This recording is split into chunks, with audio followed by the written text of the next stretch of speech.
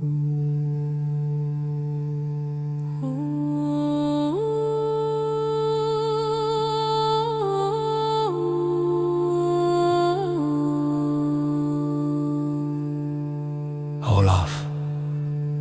Haroldson was 12 years old when he, for the first time, went on board a ship of war.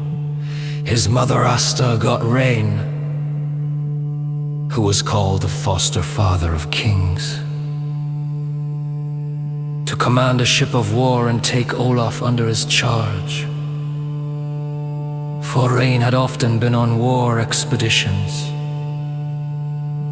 When Olaf in this way got a ship and men, the crew gave him the title of king. For it was the custom that those commanders of troops who were of kingly descent,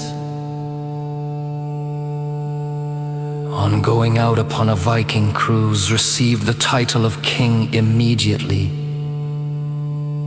Although they had no land or kingdom, Rain sat at the helm. And some say that Olaf himself was but a common rower. Although he was king of the men-at-arms, they steered east along the land and came first to Denmark. So says Ottar Svart in his lay which he made about King Olaf.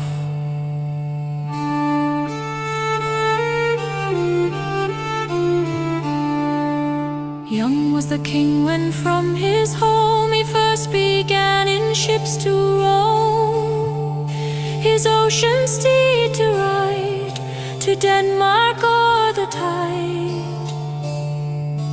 Well exercised art thou in truth, in manhood's earnest work, brave youth.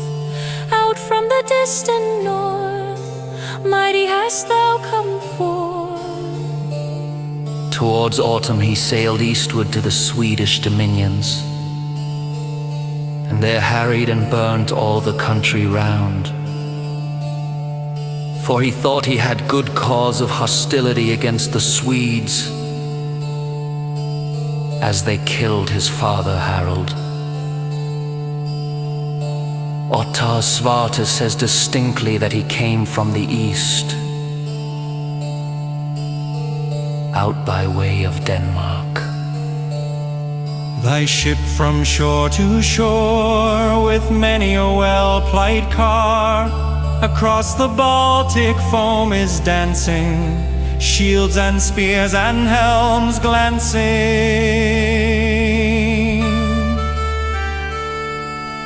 Hoist high the swelling sail to catch the freshening gale. There's food for the raven flight, where thy sail-winged ship shall light. Thy landing tread the people dread, and the wolf howls for a feast on the shore side in the east.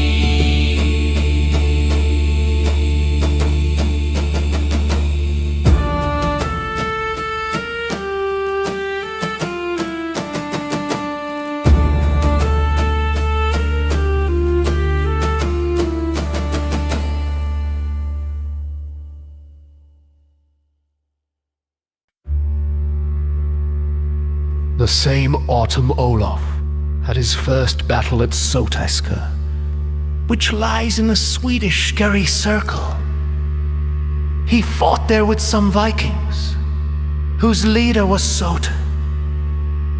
Olaf had much fewer men, but his ships were larger, and he had his ships between some blind rocks, which made it difficult for the Vikings to get alongside.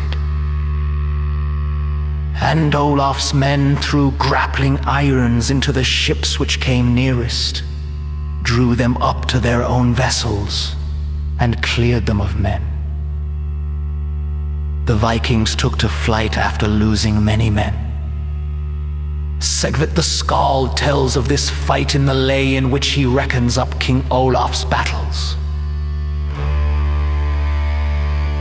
They launch his ship where waves are foaming, to the seashore both masts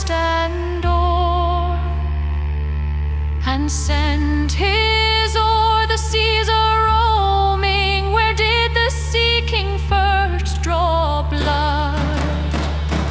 In the battle shock at Soti's rock, the wolves howl over their fresh food.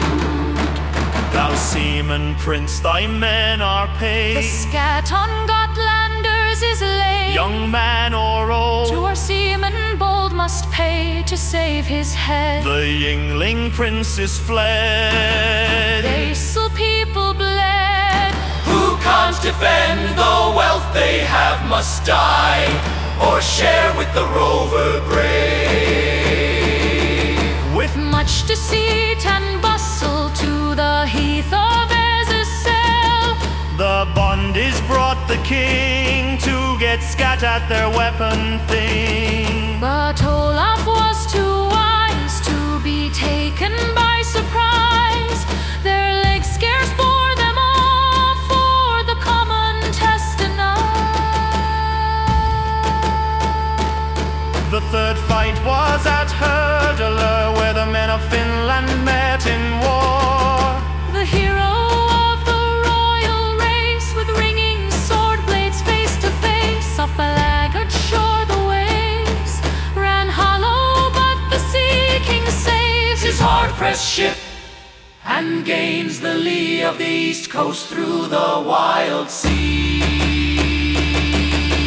Hark, hark, the war shout through Sudervik rings, and the Vikings bring out to fight the two kings. Great honor, I'm told, won these Vikings so bold, but their bold fight was vain, for the two brave kings gain.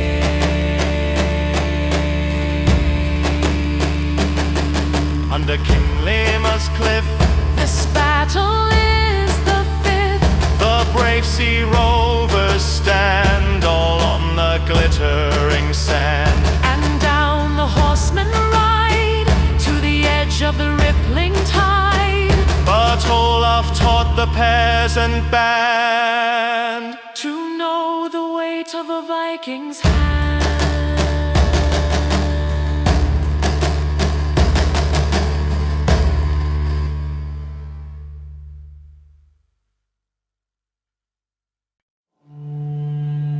The king sailed west to England, where Svein Forkbeard had seized Ethelred's kingdom, forcing him into exile. That autumn, Svein died suddenly, said by the English to be struck down by Saint Edmund. Etheld returned, raised an army, and was joined by Olaf with his Northmen. They came to London, where the Danes held a castle and fortified Southwark across the Thames. Joined by a barricaded bridge, Olaf sheltered his ships with timber roofs, rode under the bridge and shook its piles loose. The bridge collapsed under its defenders, many drowning, the rest fleeing. Southwark was stormed, the castle surrendered, and Etheld was restored as king. So says Ottar Svarte. London Bridge is broken down, gold is won and bright renown, shields resounding, war horns sounding, Hild is shouting in the din, arrows singing, mail coats ringing, Odin makes our Olaf win. King Athod has found a friend, brave Olaf will his throne defend. In bloody fight maintain his right, win back his land with blood-red hand, and Edmund's son upon his throne replace. Edmund the star of every royal race. At London Bridge stout Olaf gave Odin's law to his war men brave, to win or die and their foemen fly. Some by the dike side refuge gain, some in their tents on Southwark plain. The sixth attack brought victory back.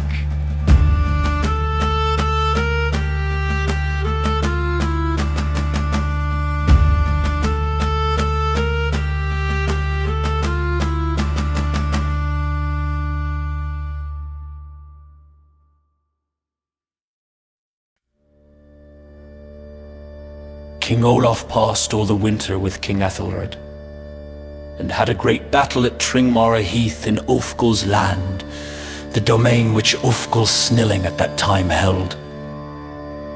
And here again the king was victorious. So says Sigurd the Skald. To Ulfgul's land came Olaf bold, a seven-sword thing he would hold. The race of Ella filled the plain, few of them slept at home again. Tringmara Heath was a bed of death, half a does hair dealt slaughter there. From Tringmara field the chime of war, sword striking shield rings from afar. The living fly, the dead piled high, the moor enrich, red runs the ditch. King Olaf was commander of all the forces when they went against Canterbury, and they fought there until they took the town, killing many people and burning the castle. So says Otter Svarte. All in the grey of morn, broad Canterbury's forced, black smoke from house roofs borne hides fire that does its worst. And many a man laid low by the battle axe's blow, waked by the Norseman's cries, scarce had time to rub his eyes. Of this eighth battle I can tell how it was fought and what befell. The castle tower with all his power he could not take nor would forsake. The Perthman fought nor quarter sought, by death or flight they left the fight. Olaf could not this earl stout from Canterbury quite drive out. At this time King Olaf was entrusted with the whole land defense of England, and he sailed round the land with his ships of war. He laid his ships at land at Nijamada, where the troops of the Thingmen were, and gave them battle and gained the victory. So says Sigurd the Skald. The youthful king stained red the hair of Andren men, and dyed his spear at Newport in their hearts' dark blood. And where the Danes the thickest stood, where the shrill storm round Olaf's head of spear and arrow thickest fled, there thickest lay the Thingmen dead. 9 battles now of Olaf bold, battle by battle I have told. King Olaf then scoured all over the country, taking scat of the people and plundering where it was refused. So says Ottar. The English race could not resist thee. With money thou madest them assist thee. Unsparingly thou madest them pay a scat to thee in every way. Money, if money could be got, goods, cattle, household gear, if not thy gathered spoil borne to the strand, was the best wealth of English land.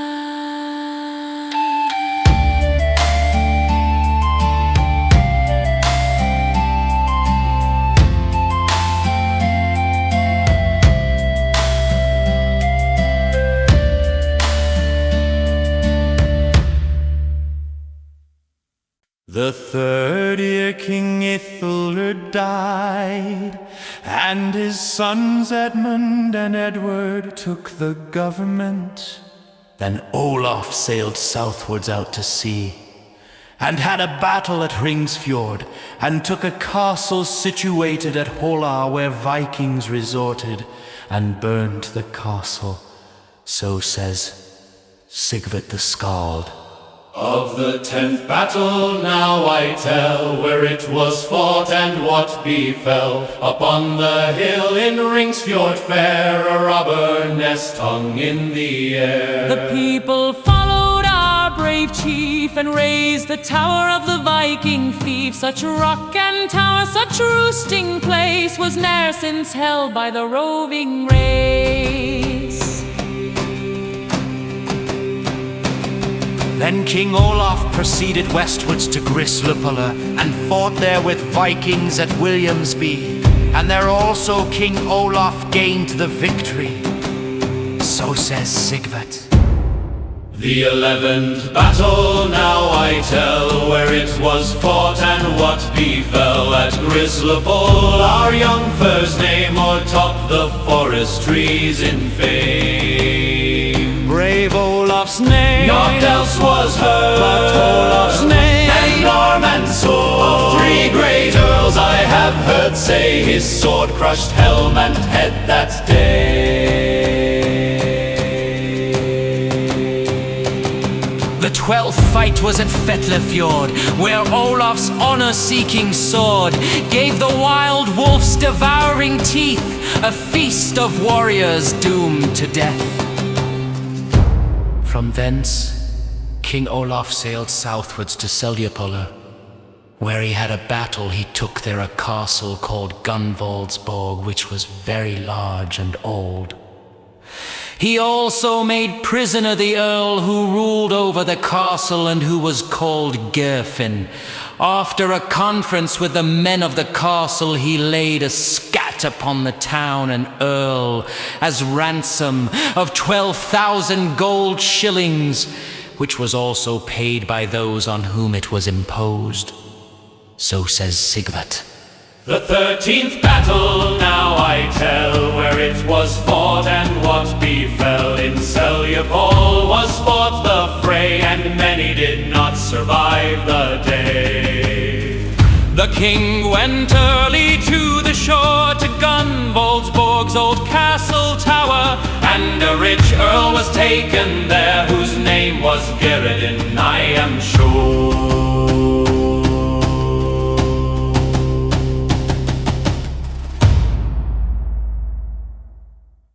Thereafter King Olaf steered with his fleet westward to Karlsör, and tarried there and had a fight. And while King Olaf was lying in Karlsör river waiting a wind, and intending to sail up to Norvasand, and then on to the land of Jerusalem, he dreamt a remarkable dream, that there came to him a great and important man, but of a terrible appearance withal, who spoke to him, and told him to give up his purpose of proceeding to that land. Return back to thy Udal, for thou shalt be king over Norway forever.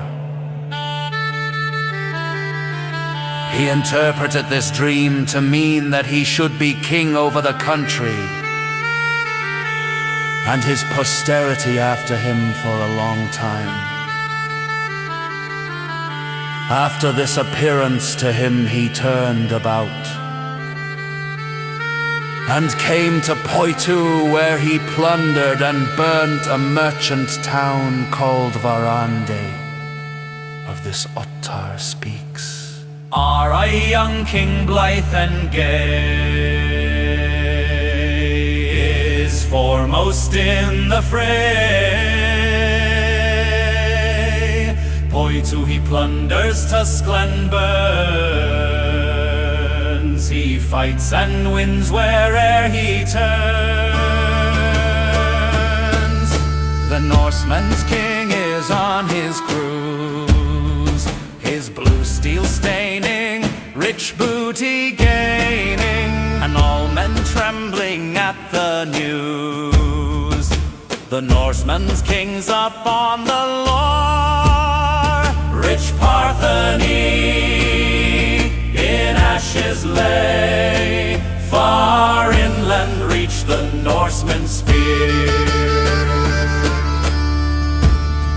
13 years after Olaf Tryggvason's fall, Norway was ruled by the Earls Eric and Svein.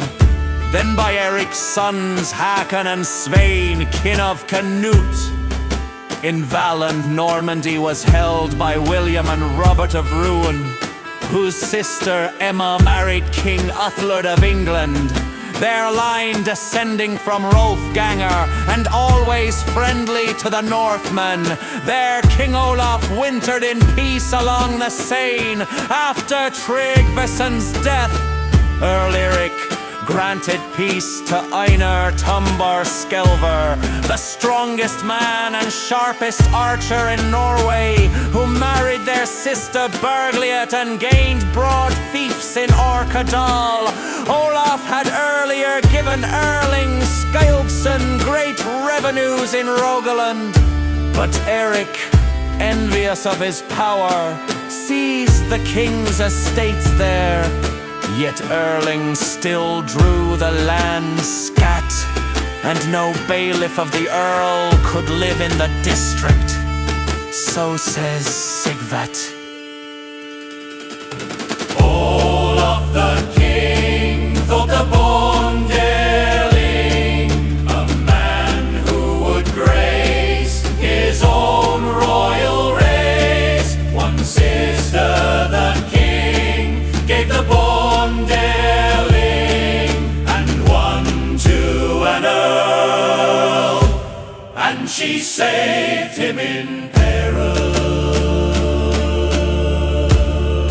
No earl or baron, young or old, match with this bondy brave can hold. Mild was brave Erling, all men say, when not engaged in bloody fray. His courage he kept hid until the fight began, then foremost still Erling was seen in war's wild game, and famous still is Erling's name.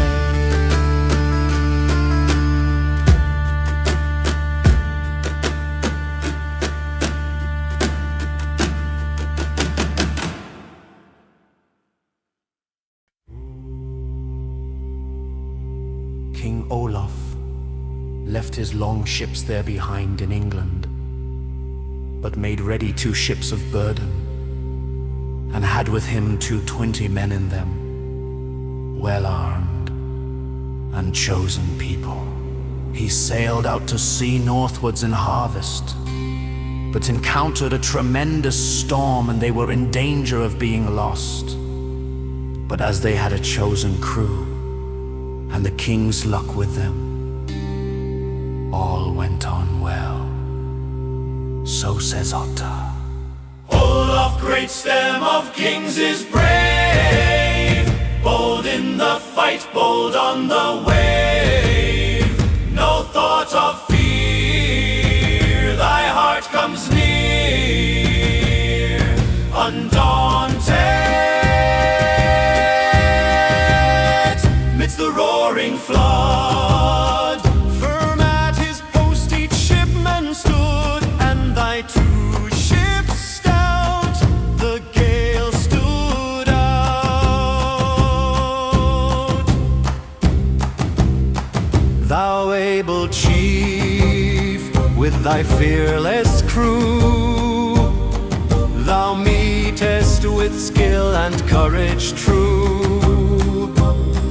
Seas wrath on thy ocean path, the waves mast high were breaking round. Thou fundest the middle of Norway's ground, with helm in hand on Sailor strand. King Olaf landed at Sailor, an island off Norway's coast, considering it a good omen. While walking, he slipped but caught himself joking about falling, to which Rain replied he had firmly set foot in the soil. Olaf laughed, hoping it was God's will. They sailed to Ulfarsund, learning Earl Hakon was nearby later. In Sardungsund, Olaf trapped Hakon's ship by stretching a cable between 2 vessels. When Hakon's ship passed through, Olaf's men raised the cable, capsizing it. Hakon and his surviving crew were captured, while others were killed or drowned. So says Ottar.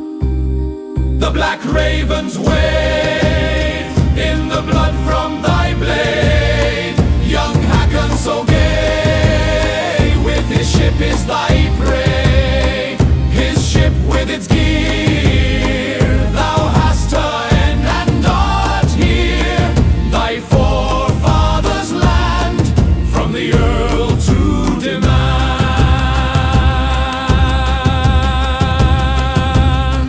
In old Sodom Sound, the King Earl Hakon found, who little thought that there a foeman was so near.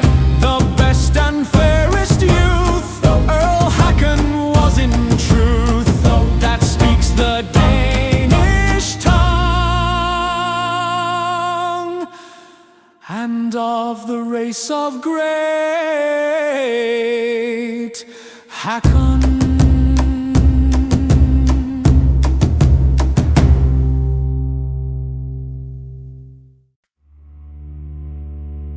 Earl Hakon fled Norway for England, joining King Canute, while King Olaf, after capturing Hakon, traveled east, gaining support through things and reconciling with his stepfather, Sigurd Syr and Mother Asta, who hosted a grand feast. Olaf declared his intent to reclaim his ancestral heritage from Danish and Swedish rule, securing Sigurd's cautious support and forming a league with upland kings, who proclaimed him king at a thing. As Olaf toured the uplands, amassing followers, Einar Tambarskjálfur rallied opposition in Throndheim, but Olaf's peaceful overtures led the Bonders to submit. Earl Svein, learning of Olaf's advance, fled Steinkjer, hid from Olaf's fleet and planned with Einar to resist, while Olaf fortified Nidaros for Yule, disrupting their strategy.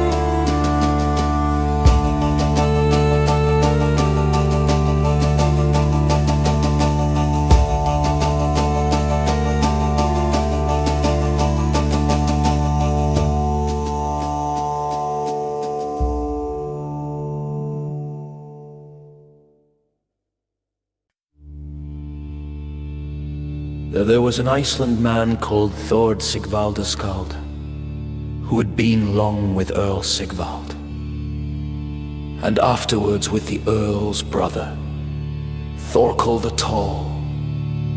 But after the Earl's death, Thord had become a merchant. He met King Olaf on his Viking cruise in the west, and entered into his service, and followed him afterwards. He was with the king when the incidents above related took place. Thord had a son called Sigvard, fostered in the house of Thorkel at Apavatn. In Iceland, when he was nearly a grown man, he went out of the country with some merchants, and the ship came in autumn to the Throndheim country, and the crew lodged in the Heard, the same winter King Olaf came to Throndheim. As just now related by us, Now when Sigvard heard that his father Thord was with the king, he went to him and stayed a while with him. Sigvard was a good skald at an early age. He made a lay in honor of King Olaf and asked the king to listen to it. The king said he did not want poems composed about him, and said he did not understand the skald's craft. Then Sigvard sang, Rider of dark blue ocean steeds, allow one skald to sing thy deeds, and listen to the song of one who can sing well if any can. For should the king despise all others, and show no favor to my brothers, yet I may all men's favor claim, who sing still of our great king's fame. King Olaf gave Sigvard as a reward for his verse a gold ring that weighed half a mark, and Sigvard was made one of King Olaf's courtmen. Then Sigvard sang, I willingly receive this sword, by land or sea, on shore, on board. I trust that I shall ever be worthy the sword received from thee. A faithful follower thou how hast bound, a generous master I have found. Master and servant both have made just what best suits them by this trade.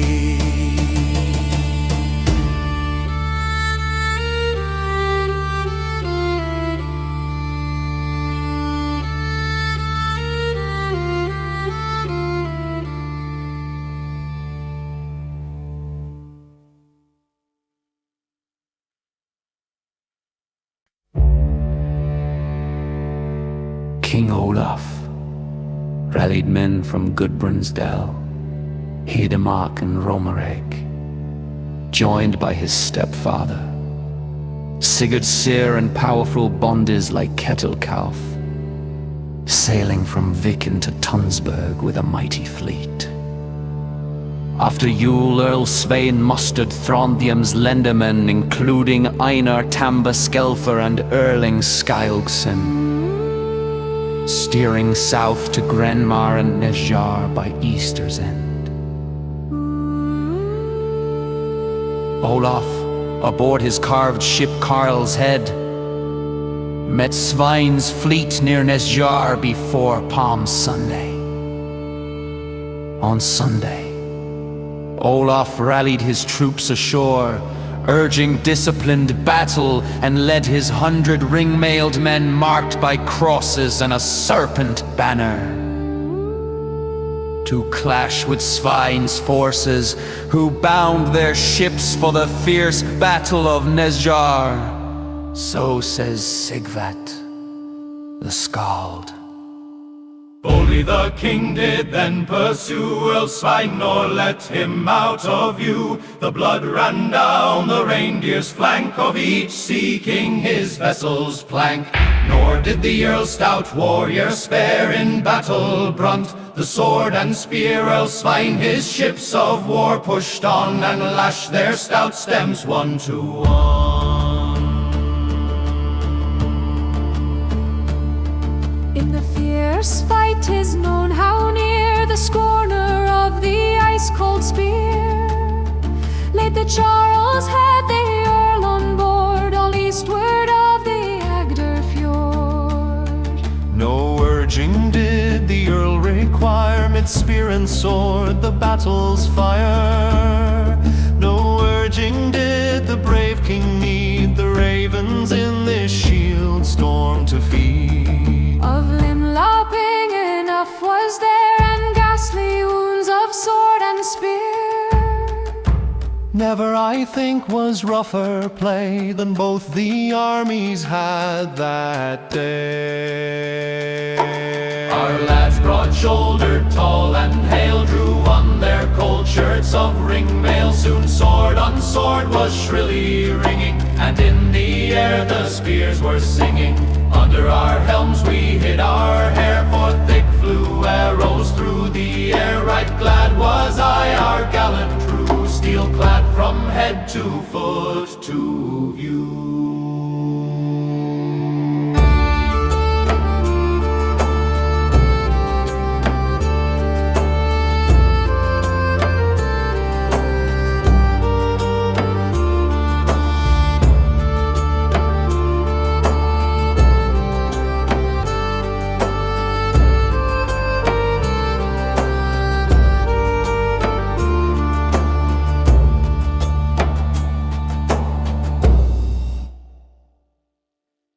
When the men began to fall on board the Earl's ships, and many appeared wounded, so that the sides of the vessels were but thinly beset with men, the crew of King Olaf prepared to board. Their banner was brought up to the ship that was nearest the Earl's, and the king himself followed the banner. So says Sigvet. On with the king, his banners waving. On with the king, the spears he's braving. On steel-clad men, and storm the deck, slippery with blood and strewed with wreck.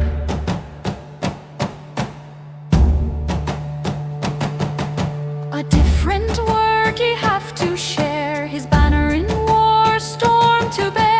From your fair girls who round the hall brings the full mad ball to us all. It was the hardest fighting.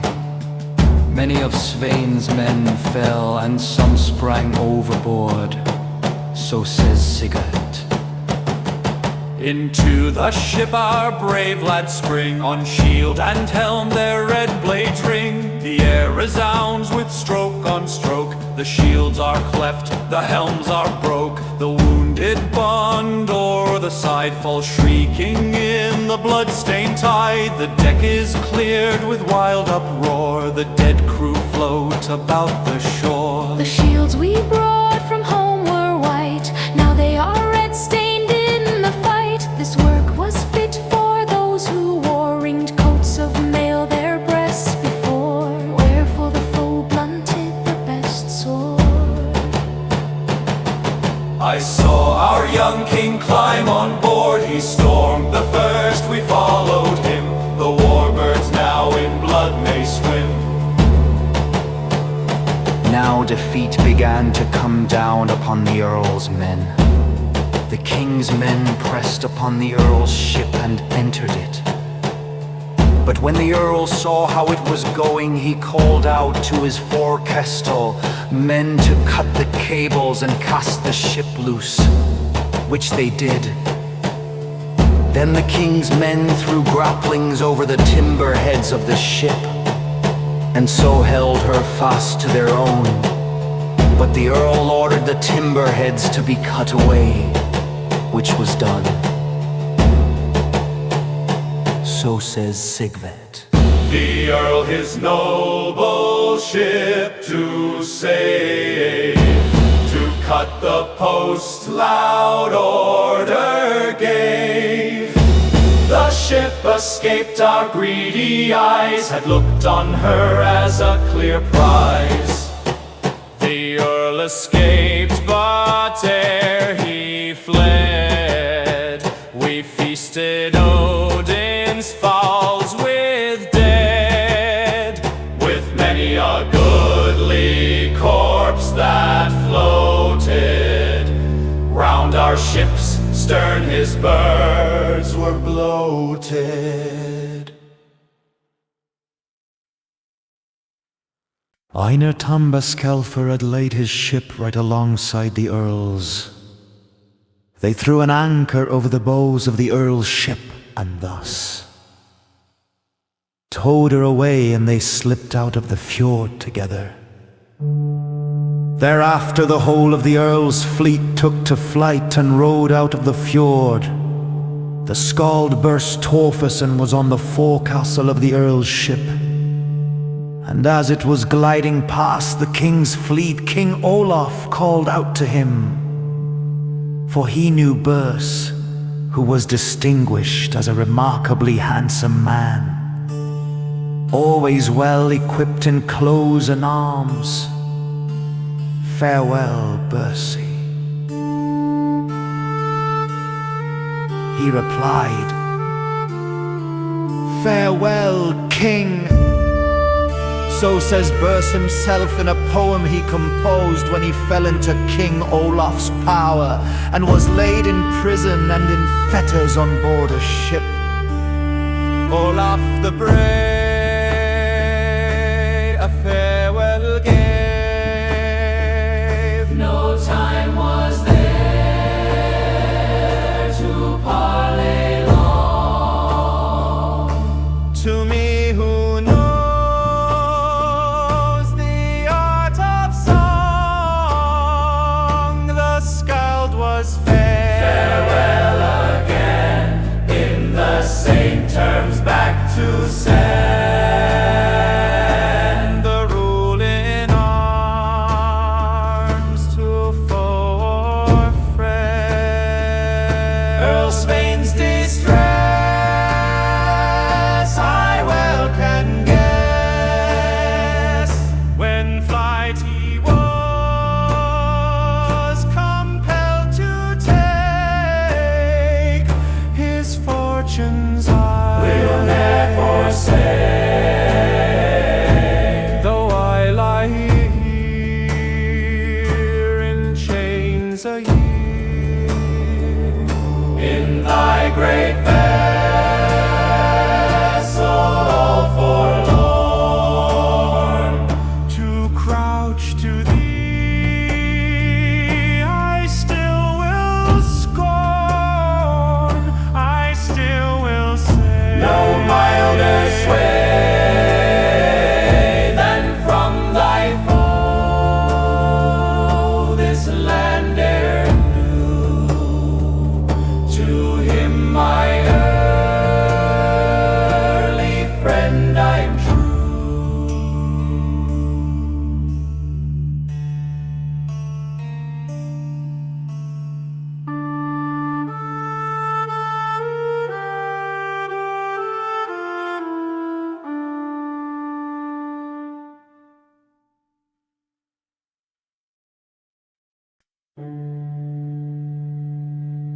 After the battle, some of the Earl's men fled or surrendered, while Svein and his followers escaped the fjord.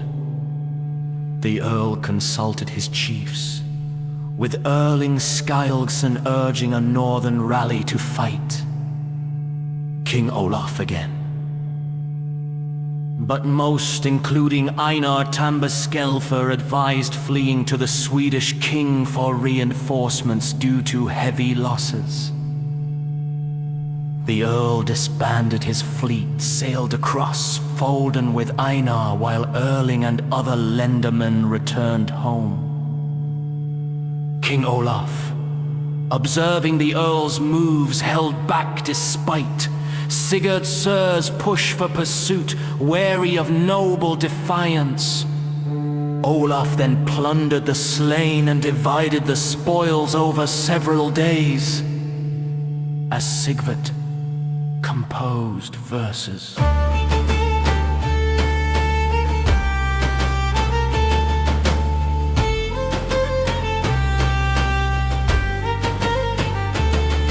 The tale I tell is true, to their homes returned but few, of Svein's men who came to meet King Olaf's gallant fleet. From the north these war men came to try the bloody game. On the waves their corpses bore. the game that Sunday morn, the Throndheim girls so fair, their jeers I think will spare, for the king's force was but small. That emptied Throndheim's hall, but if they will have their jeer, they may ask their sweethearts dear, why they have returned shorn, who went to shear that Sunday morn. Now will the king's power rise, for the upland men still prize the king who o'er the sea steers to bloody victory. Earl Svein, thou now wilt know that our lads can make blood flow, that the Heda markers hail can do more than tap good ale.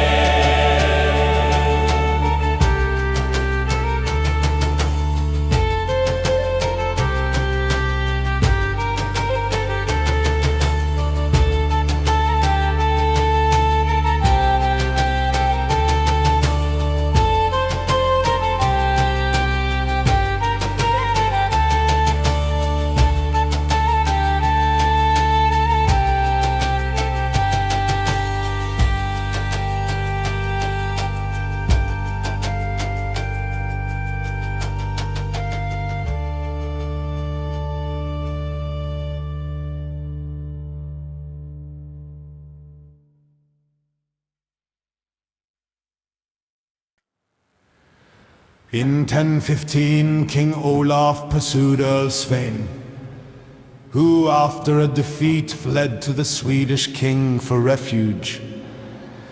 Learning Svein had left Norway, Olaf sailed to Viken, where he was proclaimed king. He continued to Throndheim without resistance, settling in Nidaros. There, he built a king's house and Clement's church, but faced distrust from the locals who paid no land scat. Meanwhile, Svein sought Swedish support to reclaim Norway through Hälsingland and Jämtland, but died during a raid in Russia. His death prompted the Throndheim people to pledge loyalty to Olaf, who then collected scat and enforced Christian laws. In the winter of 1066, Swedish messengers demanded scat from Olaf's territory, but his loyal bondage refused Olaf, unyielding, had one messenger hanged and raging the Swedish king. That spring Olaf reconciled with Erling Skalkson, agreeing on terms of service. He secured Viken, collected taxes, and at Ranrike ordered the death of Eilif Gatske, a Swedish officer. Winning the bonde's loyalty, Olaf fortified the northern district, banned exports to Gautland, and established a merchant town at Sarp for the winter.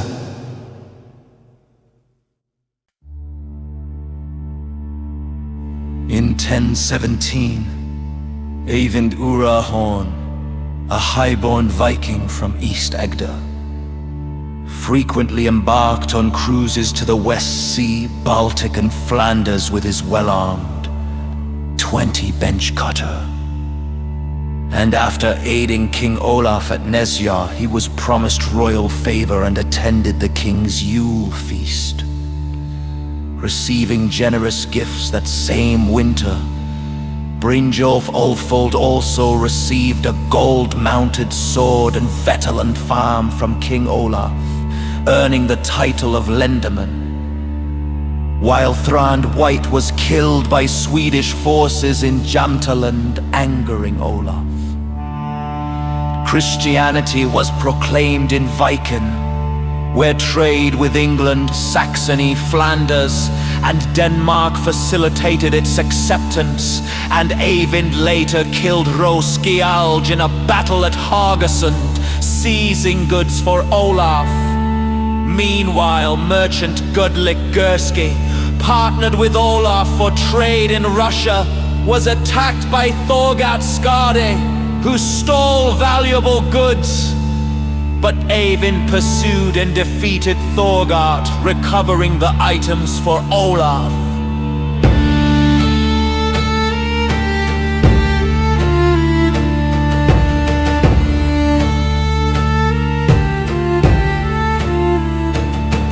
That summer Olaf met Ragnvald at the Gata River to negotiate peace with Sweden, driven by Ingebjorg's support and mutual trade interests, resulting in a truce until the next summer. Though tensions persist as the Swedish king Olaf harbored hatred for Olaf Haroldson, nicknamed the Thick Man.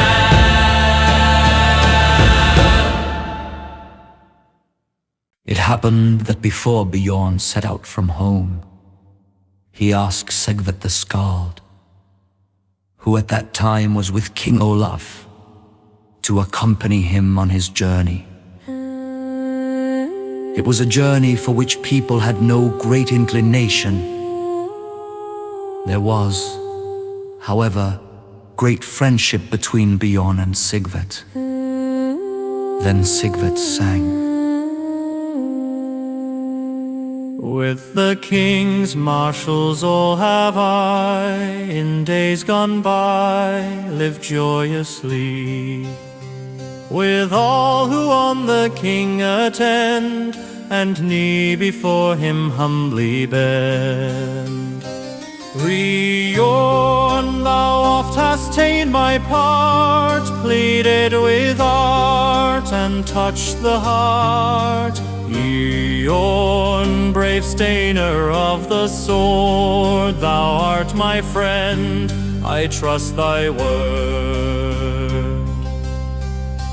Down the fjord sweep wind and rain, our stout ship sails and tackles strain. Wet to the skin we're sound within, and gaily o'er the waves are dancing.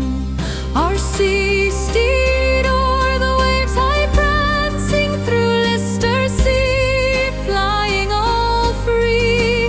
Off from the wind with swelling sail, we merrily scud before the gale, And reached the sound where we were bound, and now our ship, so gay and grand, glides past the green and lovely land. and at the isle moors for a while, our horse hooves now leave hasty print. We ride of ease their scanty stint, in heat and haste, O'er Gautland's waste, Though in a hurry to be married, the king can say that we have tarried. the weary horse will at nightfall gallop right well to reach his stall. When night meets day with hasty hoof, he plies the road to reach our roof. Far from the Danes we now may ride, safely by stream or mountainside. but in this twilight, in some ditch, the horse and rider both may pitch. The shy sweet girls from window high in wonder peep at the sparks that fly from our horses' heels, as down the street of the Earl's town we ride so fleet.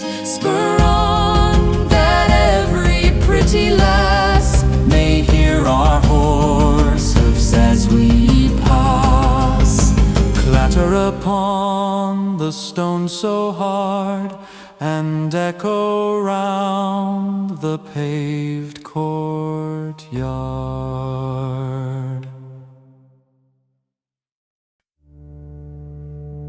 1017, alarmed by King Olaf's disruptive actions in Romerike, including killings, mutilations, and excessive demands beyond legal limits, the King of Romerike sought counsel with King Rurik in Hedemark, leading to a meeting of 5 kings at Ringsaker, where they debated opposing Olaf due to his oppressive rule and large army of 300 to 400 men.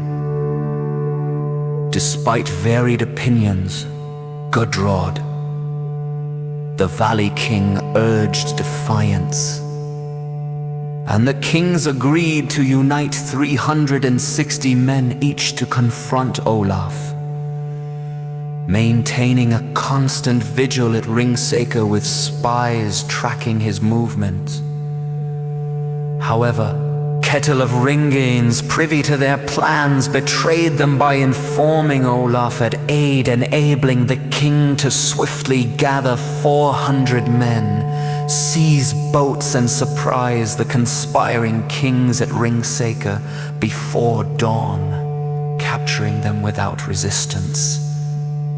Olaf then punished them harshly. He blinded Horik, cut out Gudrod's tongue, banished Ring and 2 others under oath never to return, and dealt with their supporters by exile, mutilation or reconciliation, solidifying his control. Ottar Black tells of this.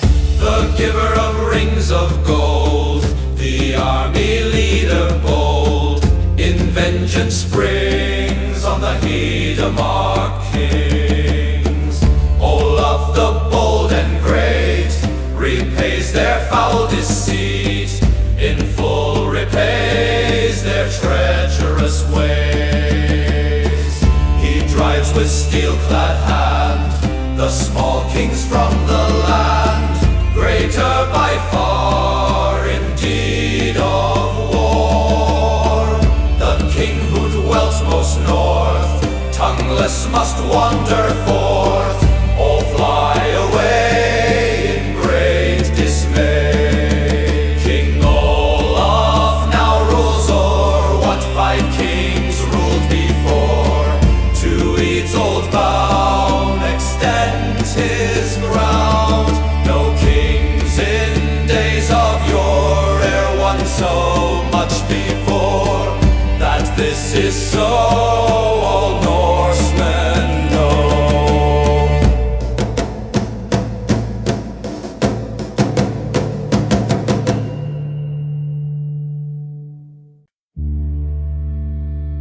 In Svithjad, during heathen times, the chief sacrifice occurred in Go month at Uppsala, where people gathered for peace, victory, and the Swedish thing, accompanied by week-long markets. After Christianity's arrival, these events persisted, though the market later shifted to Canlamas and lasted 3 days.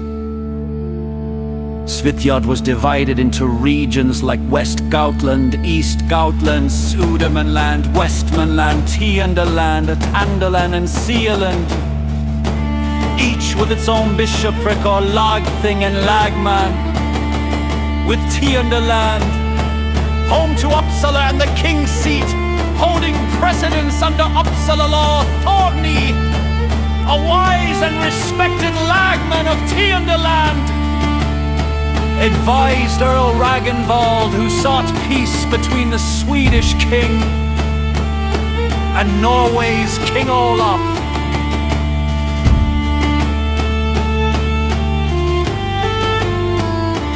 Despite the Swedish king's initial resistance, Thorgny's powerful speech at the Uppsala thing, backed by the Bundes, compelled the king to agree to peace and marry his daughter Ingjigerd to Olaf. Meanwhile, King Hurik, a blind former king under Olaf's care, plotted treachery with his servant Svein. But their plan failed when Svein faltered, stricter supervision, while Finn the Little, a swift and loyal servant, covertly aided Rurik.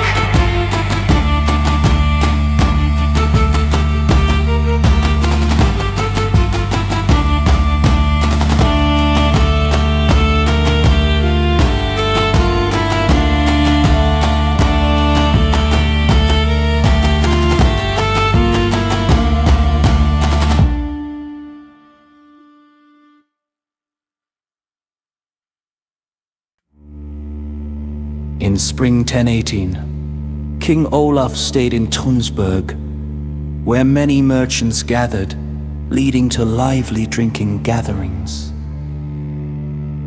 One night the blind King Hurik, after getting everyone drunk with strong mead brought by Finn the Little, escaped with his men, killing 2 of Olaf's courtmen in a planned ambush.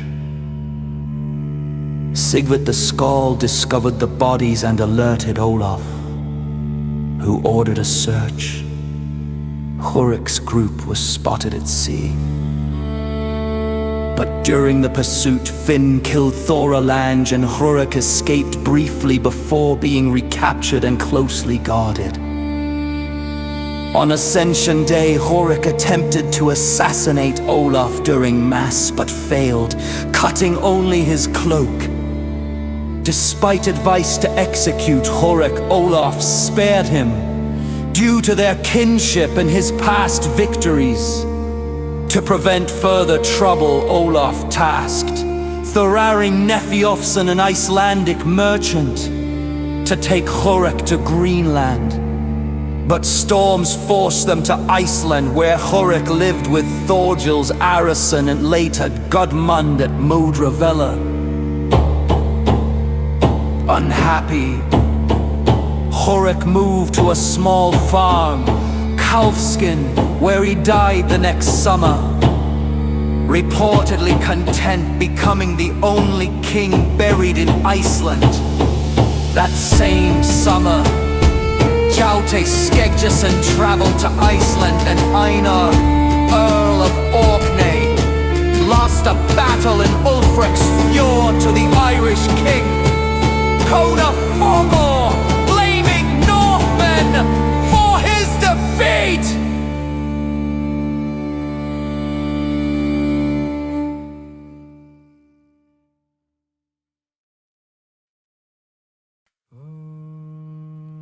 King Olaf of Norway went to marry Ingigerd, daughter of Swedish King Olaf Eriksson, as agreed.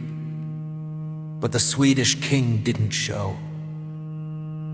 No clear news came despite inquiries through Earl Ragnvald. The Swedish king, resentful of past conflicts, and Earl Ragnvald ignored the marriage pact. Ingigerd, suspecting her father's refusal, warned Ragnvald, who alerted King Olaf. After debate, Olaf postponed war, planning a larger campaign next summer. He wintered in Sarpsborg and sent Sigvard to Gotland to investigate and possibly secure the agreement. Sigvard the Skald, with 2 companions, left Sarpsborg and proceeded eastwards over the moors to Gotland. Before Sigvard and King Olaf parted, he composed these verses. Sit happy in thy hall, O king, till I come back and good news bring. The Skald will bid thee now farewell, till he brings news well worth to tell. He wishes to the helmed hero Health and long life and a toll flow of honor, riches and success. And parting ends his song with this. The farewell word is spoken now, The word that to the heart lies nearest. And yet, O king, before I go, one word on what I hold the dearest. I fain would say, oh, may God save to thee the bravest of the brave, the land which is thy right by birth. This is my dearest with honor. Then they proceeded eastwards towards aid. and had difficulty in crossing the river in a little cobble. But they escaped, though with danger. And Sigvat sang. On shore the crazy boat I drew, wet to the skin and frightened too, for truly there was danger then. The mocking hill elves laughed again to see us in this cobble sailing, and all our sea skill unavailing. But better did it end, you see, than any of us could foresee. Then they went through the 8 forest and Sigvat sang. 100 miles through Wade's old wood, and devil an alehouse, bad or good. 100 miles, and tree and sky were all that met the weary eye. With many a grumble, many a groan, 100 miles we trudged right on, and every king's man of us born. On each foot, soul a bleeding sore.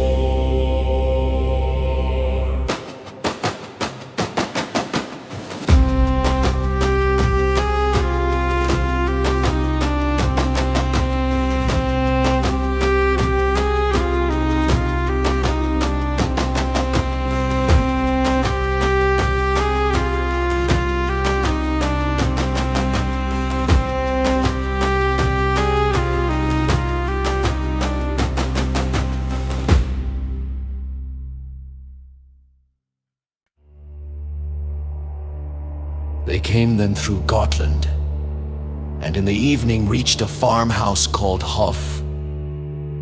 The door was bolted so that they could not come in, and the servants told them it was a fast day, and they could not get admittance. Sigvat sang.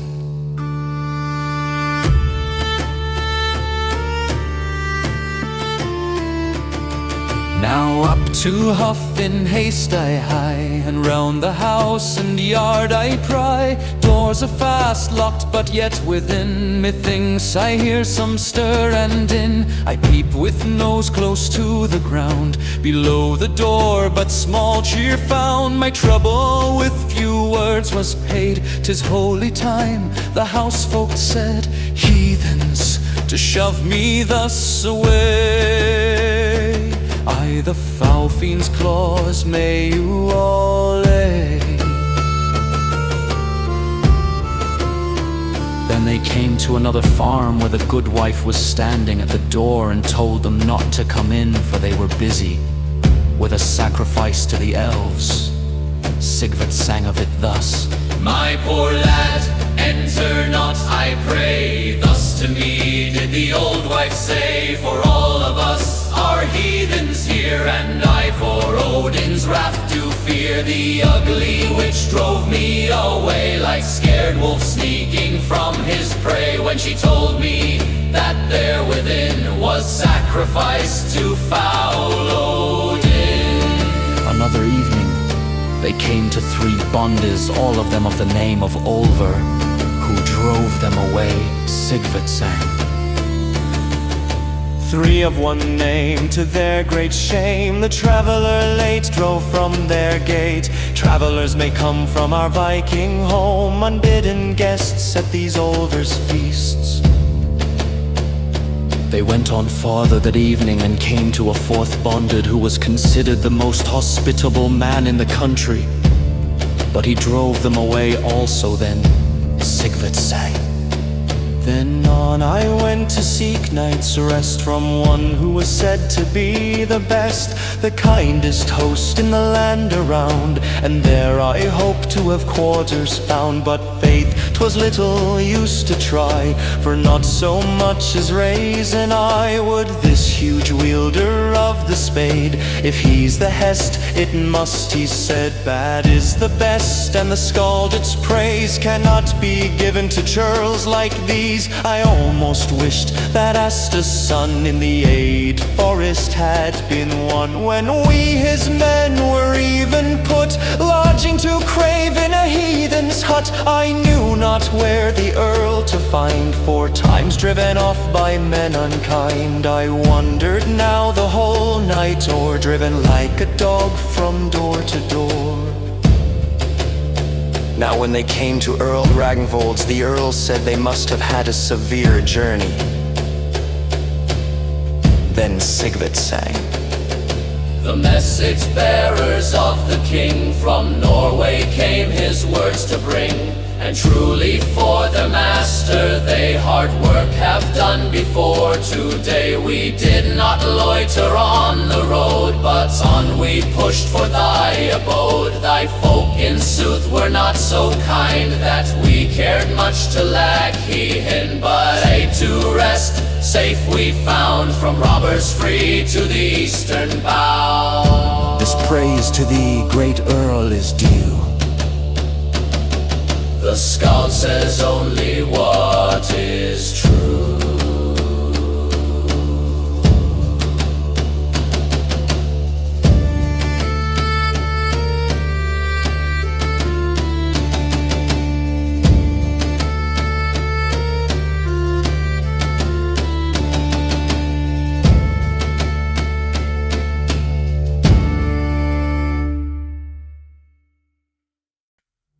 Sigvat was warmly received by Earl Ragnvold, who learned from Ingigerd's letters that King Jaroslav of Russia sought her hand in marriage, with Swedish King Olaf considering it. Meanwhile, Astrid, another daughter of the Swedish king, arrived at Ragnvold's court where a feast was held. Sigvat and Astrid, familiar through family ties to the Swedish court, discussed the possibility of her marrying King Olaf of Norway without her father's consent, as Ragnvold suggested. Sigvat returned to King Olaf in Sarpsborg before Yule, entering the hall and reflecting on his visit.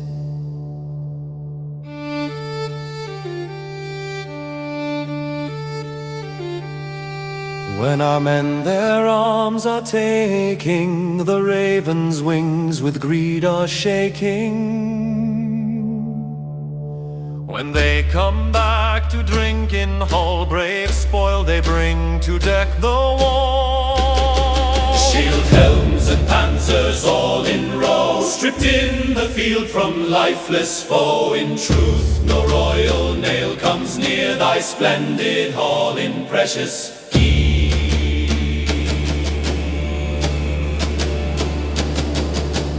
Afterwards Sigvat told of his journey and sang these verses.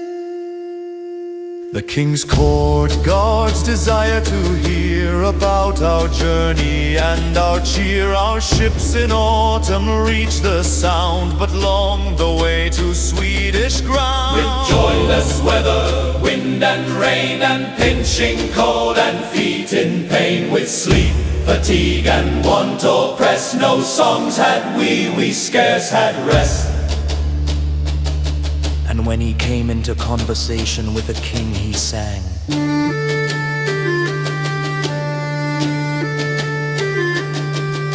When first I met the Earl, I told how our king loved a friend so bold, how in his heart he loved a man with hand to do and head to plan. Thou generous king, with zeal and care I sought to advance thy great affair, for messengers from Russian land had come to ask Ingigerd's hand.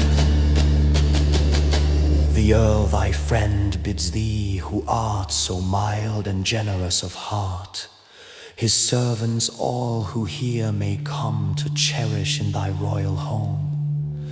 And thine who may come to the east in Ragnvold's hall shall find a feast. In Ragnvold's house shall find a home. At Ragnvold's court be still welcome.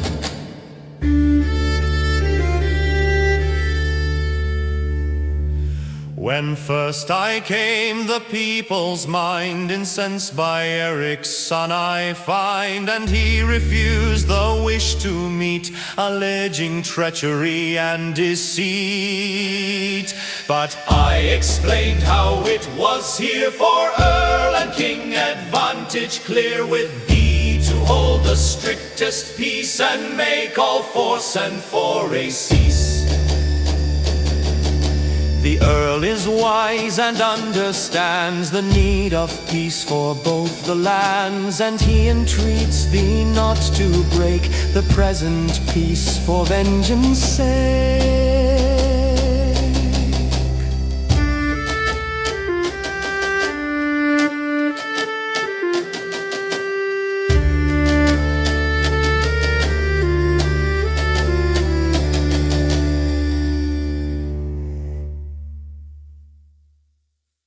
He immediately tells King Olaf the news he had heard.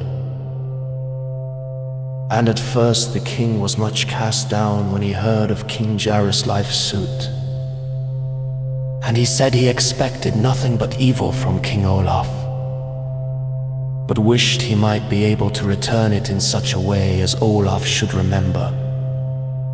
A while afterwards the king asked Sigvat about various news from Gotland.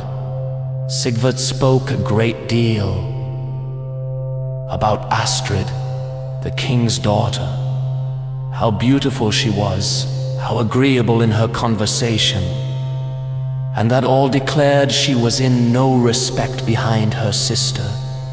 Ingigerd the king listened with pleasure to this. Then Sigvat told him the conversation he and Astrid had had between themselves. And the king was delighted at the idea. The Swedish king, said he, will scarcely think that I will dare to marry a daughter of his without his consent.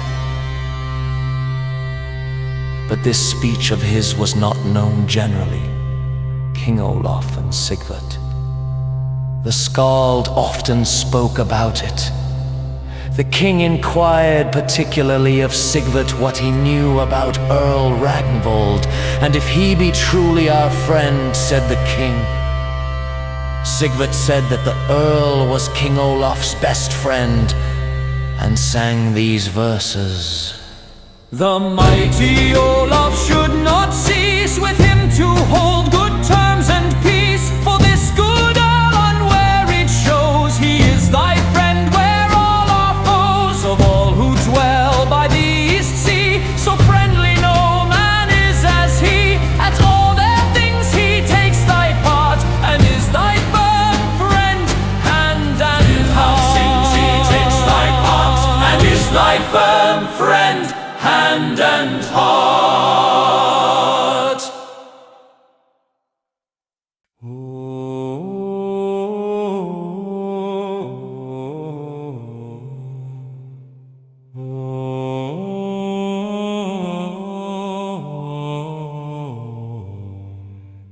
Post-Yule old bold Thord Skotakul Sigvatskin, shadowed by footboy slips from court, silent to Gautland tokens bear, trust of the sea king Ragnvald aroused, ready for riding. Astrid star maid joins the throng, 120 heroes handpicked, clad in steel, state swift and gleaming.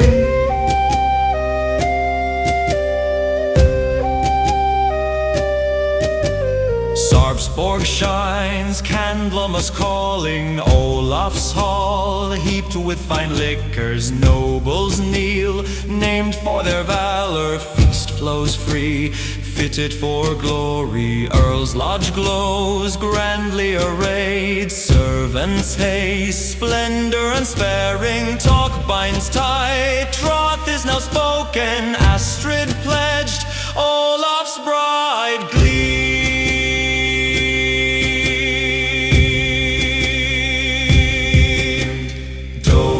Holds dear as for Ingigerd, bride gift matched, mighty as promised, cups clash high, wedding hall roars, joy reigns, bold bond ever fastened, Ragnvald rides, rich gifts in keeping, Gautland bound, great king's favor, friendship forged, firm till life's fading.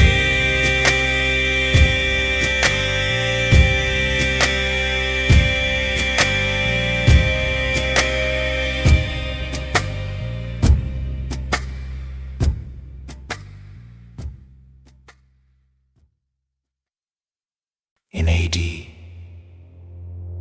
1023, King Olaf, estranged from Erling Skjalgsson, advanced his Christianization campaign in Hordaland and Vors, confronting armed bandits at a thing in Vang, where fear led them to accept baptism.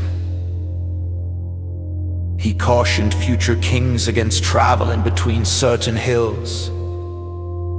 A custom later followed, then proceeded to Song and Valders. There he seized boats, faced resistance at another thing, and burned homes to compel conversion, establishing churches and securing hostages. In autumn, he reached Thoten as Sweden's King Olaf died, leaving Anunda's sole ruler.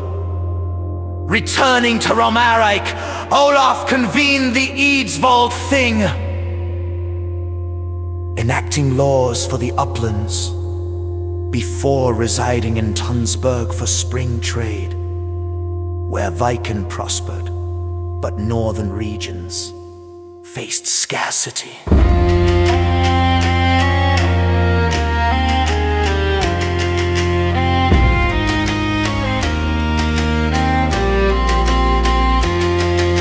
Against the upland people wroth, Olaf too most so mild, went forth the houses burning, all people mourning, who could not fly, hung on gallows high. It was, I think, in Olaf's race, the upland people to oppress.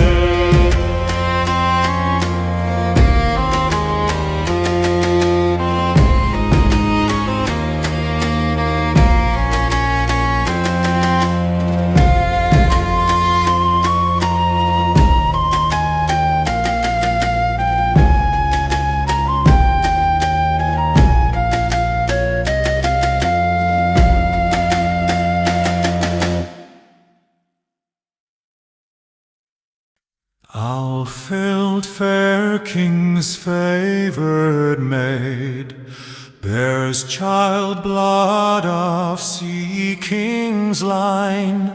Night falls, pain grips her frail, few stand near, skald and priest alone.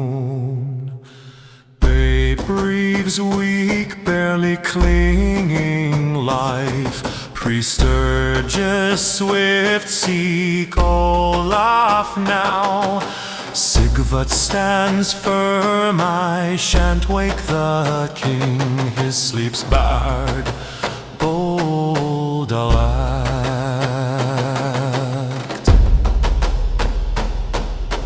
Name the boy, Skald speaks to priest. Magnus called, Karl's fame reborn. Baptized swift, safe from dark's grasp. God's own gain, devil's claim lost. Dawn breaks, Olaf learns the deed. Why dare he roars, name my heir? Sigvat quips, 2 souls for God, not one for fiend's fate I risk. Magnus, why muse king demands? Calls great names, Skald's reply rings. Olaf laughs, luck crowns the bold. Boy grows strong, bright hope rises.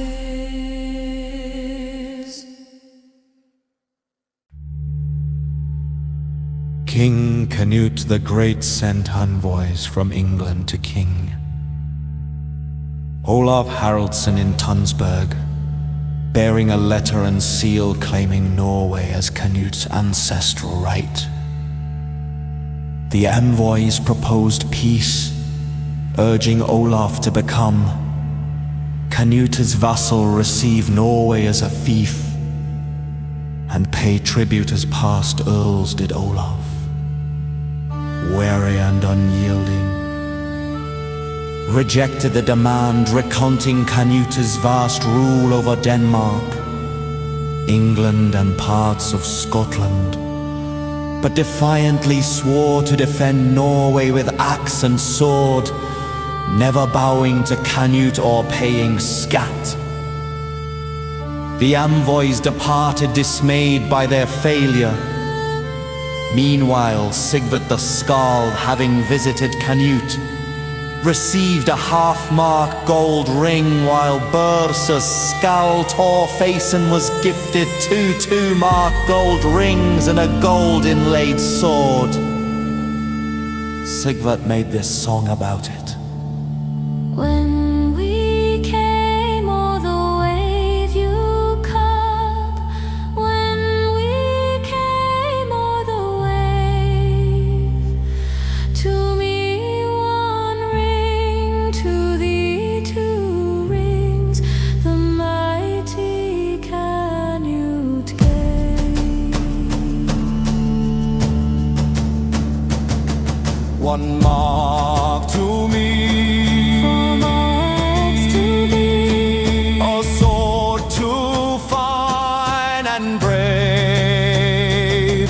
now God knows well, and scouts can tell what justice here would crave. Saga the Skald, close with King Canute's envoys, questioned them keenly about their meeting with King Olaf Haroldson. They revealed that Olaf rejected their offer to become Canute's vassal and hold Norway as a fief, showing reluctance and defiance. The envoys, puzzled by Olaf's refusal, noted Canute's lenient nature, citing how he recently pardoned 2 Scottish kings from Fife, restoring their lands and granting rich gifts despite their past defiance, implying Olaf could gain much by submitting. From the Northland, the midst of Fife, 2 kings came begging peace and life, craving from Canute life and peace. May Olaf's good luck never cease. from the Northland, the midst of Fife, 2 kings came begging peace and life, craving from Canute life and peace. May Olaf's good luck never cease. May he, our gallant Norse king, never be brought like these, his head to offer as ransom to a living man, for the broad lands his sword has won.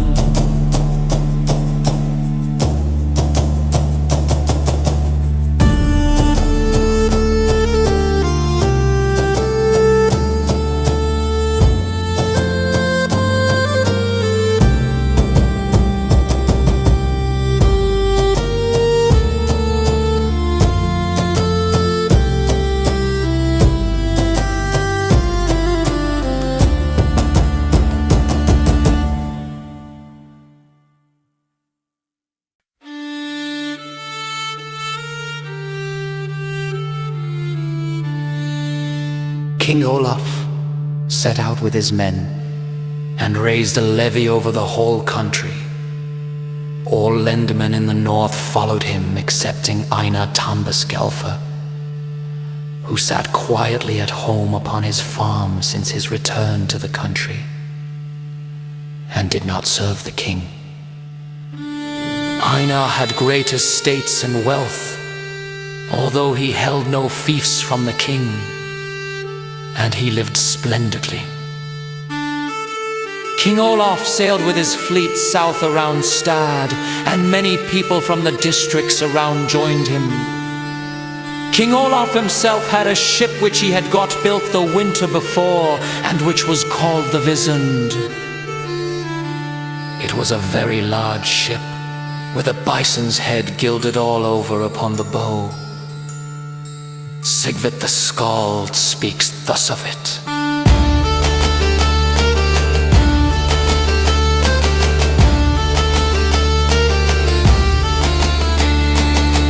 Vissen's long serpent bore, grim gaping o'er the ways before, a dragon's head with open throat, when last the hero was afloat. His cruise was closed, as God disposed. Olaf has raised a bison's head, which proudly seems the waves to tread, while o'er its golden forehead dashing, the waves its glittering horns are washing. May God dispose a luckier close.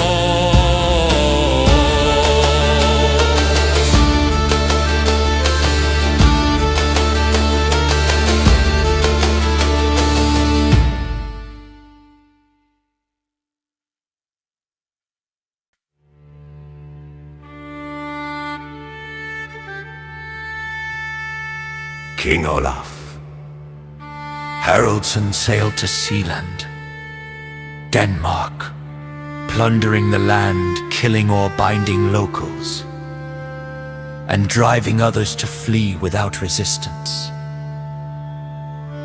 Meanwhile, King Onund Olafsson of Sweden ravaged Scania, fulfilling their pact made at the Gout River to oppose King Canute. The two kings met, proclaimed their intent to conquer Denmark, and rallied local support, compelling many to submit for peace. With fire and sword they subdued the countryside, enforcing their rule over all who resisted of this foray. Sigvat the Skald speaks in a ballad he composed concerning King Canute the Great.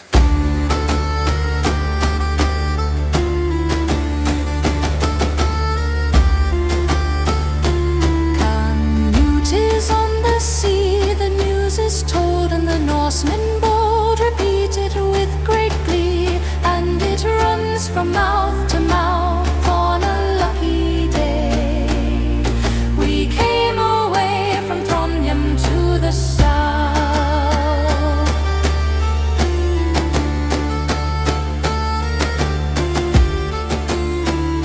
Across the cold sea, the Swedish king his host did bring to gain great victory. King Onund came to fight in Sealand's plains against the Danes with his steel-clad men so bright.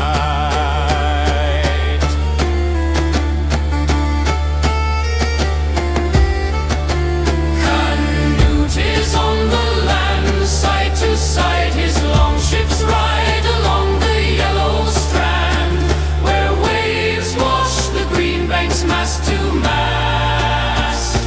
All bound fast, his great fleet lies in rest.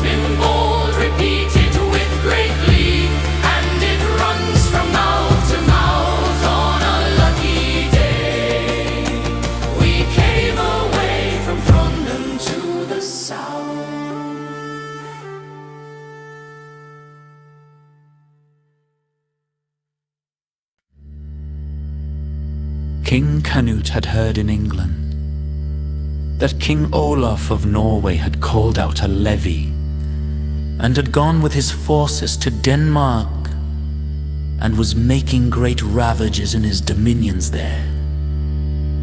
Canute began to gather people, and he had speedily collected a great army and a numerous fleet.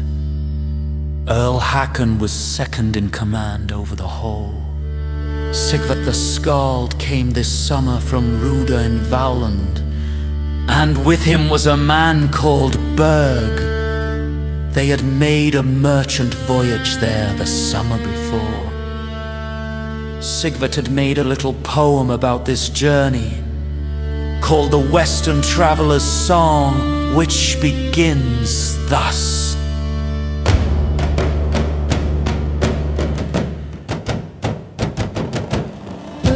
Many a merry morn was past,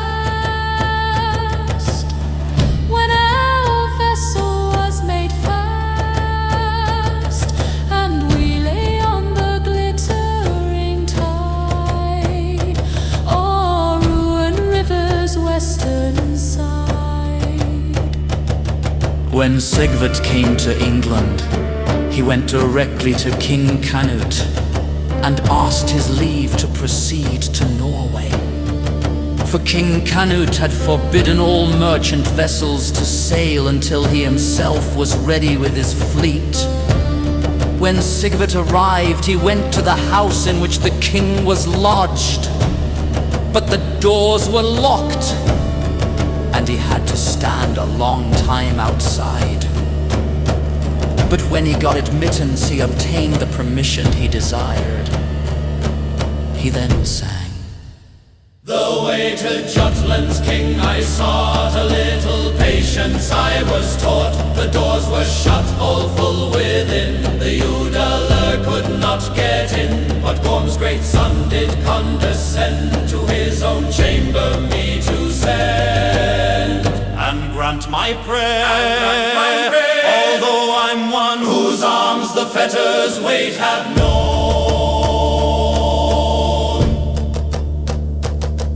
When Sigvat became aware that King Canute was equipping an armament against King Olaf, and knew what a mighty force King Canute had, he made these lines.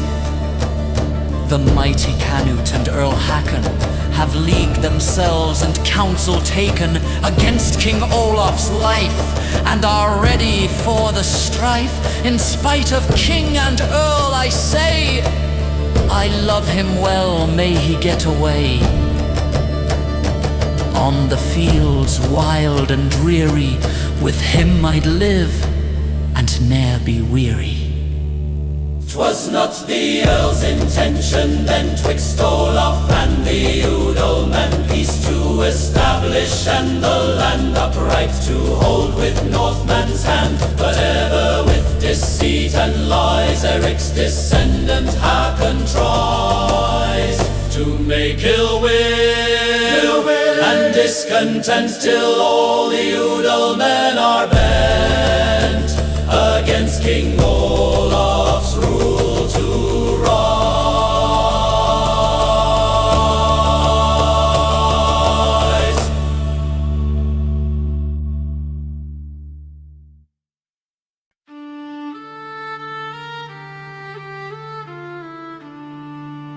Canute the Great was at last ready with his fleet, and left the land. And a vast number of men he had, and ships frightfully large. He himself had a dragon ship, so large that it had 60 banks of rowers, and the head was gilt all over. Earl Hakon had another dragon of 40 banks, and it also had a gilt figurehead. The sails of both were in stripes of blue, red, and green, and the vessels were painted all above the water stroke, and all that belonged to their equipment was most splendid. They had also many other huge ships remarkably well fitted out and grand. Sigvat the Skald talks of this in his song on Canute.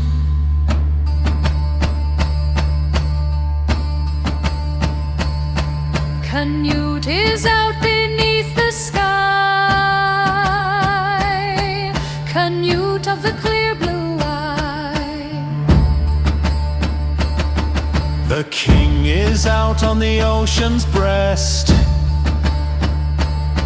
leading his grand fleet from the west. On to the east the ship shipmasts glide, glancing and bright each longship's side. The conqueror of great Ethelred, Canute, is there his foeman's dread.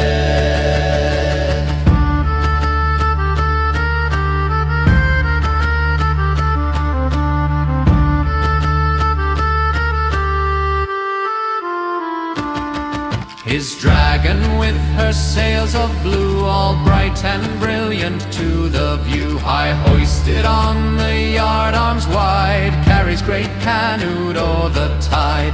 Brave is the royal progress fast, the proud ship's keel obeys the mast, dashes through foam and gains the land, raising a surge on Limfjord strand.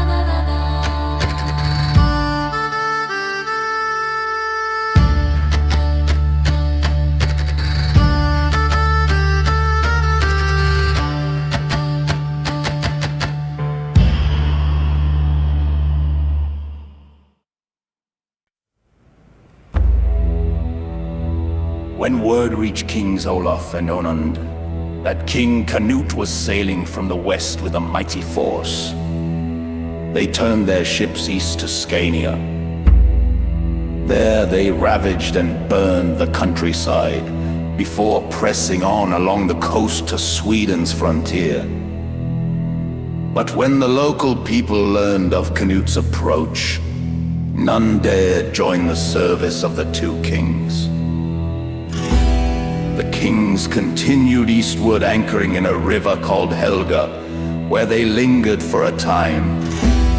Hearing that Canute was advancing with his army, they held a council. Olaf led his men upland to the forest, to a lake feeding the Helga River.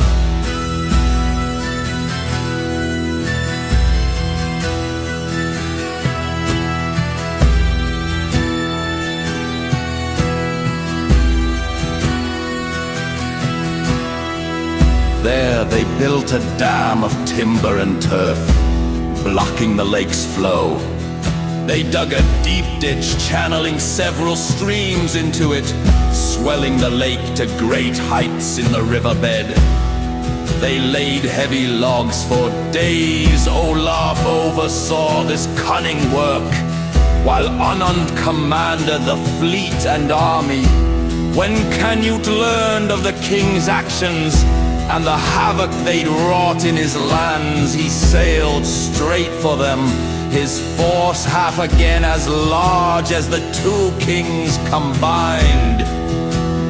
Sigurd sings of these deeds. The king who shields his Jutland fields from scathe or harm by foemen's armor.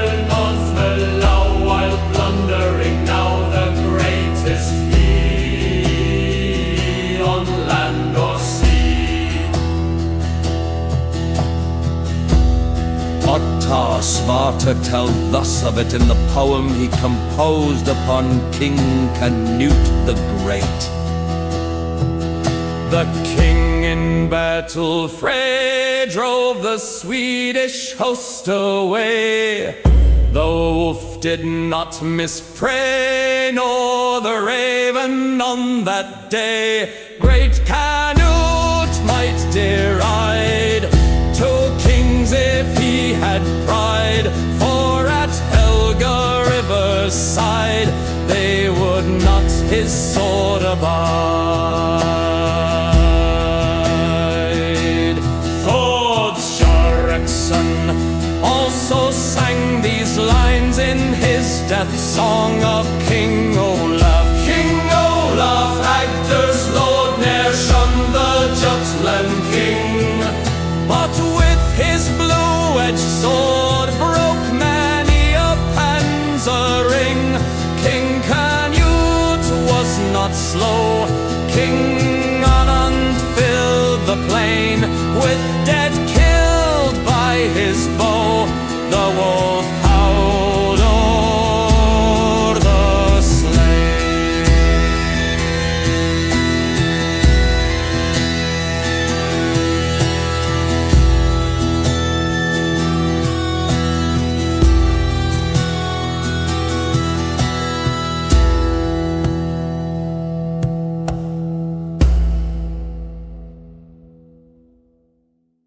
Kings Olaf and Onund, fresh from raiding Denmark, dropped anchor at Barvik. There, a tide of Swedish troops slipped away eastward, deserting under dawn's light. Onund, his fleet whittled from 350 ships to a lean 100, weighed his options. He offered Olaf, commanding 60 elite vessels, a choice: winter there together, or safe passage back to Norway. But Olaf, sharp and unyielding, pushed to stay united, to outfox Canute. He urged them to winter on their ships, send spies to track their foes' moves. His plan held sway. Meanwhile, Canute sailed back to Sealand, mooring his fleet in the Sound. He joined a feast thrown by Earl Ulf in Roskilde, but sat grim, untouched by Ulf's warm hospitality or their chess match. Sigvat the Skald had long been in King Olaf's household, as before related, and the king made him his marshal. Sigvat had no talent for speaking in prose, but in skaldcraft he was so practiced that the verses came as readily from his tongue as if he were speaking in usual language. He had made a mercantile journey to Normandy, and in the course of it had come to England, where he met King Canute, and obtained permission from him to sail to Norway, as before related. When he came to Norway, he proceeded straight to King Olaf, and found him at Sarpsborg. He presented himself before the king just as he was sitting down to table. Sigvat saluted him. The king looked at Sigvat and was silent. Then Sigvat sang, Great King, thy marshal is come home. No more by land or sea to roam, but by thy side.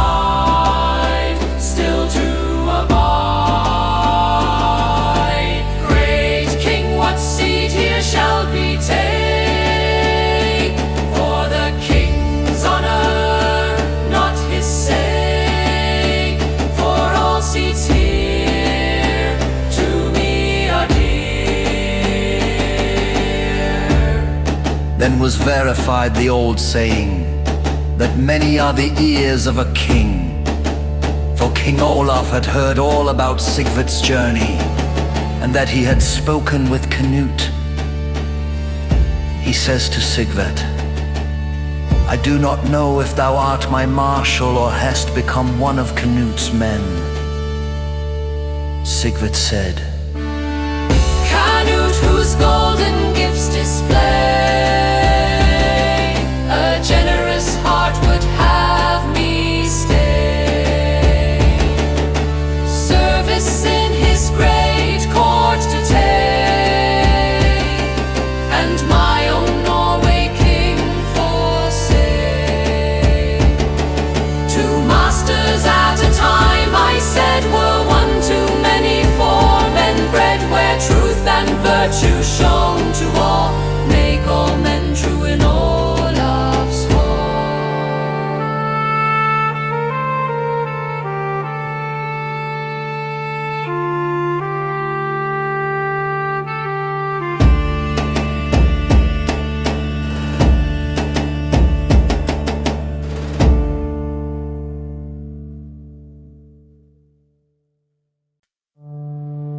King Olaf gave a great feast at Yule, and many great people had come to him.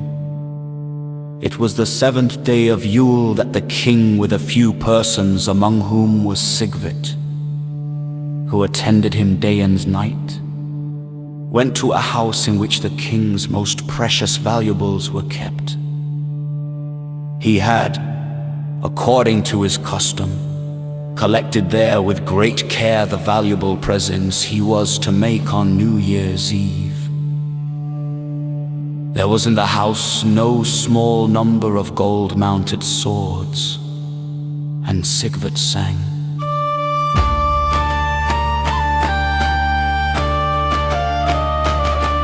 The swords stand there, all bright and fair, those oars that dip in blood. If I in favor stood, I too might have a share. A sword the skald would gladly take, and use it for his master's sake. In favor once he stood, and a sword has stained in blood.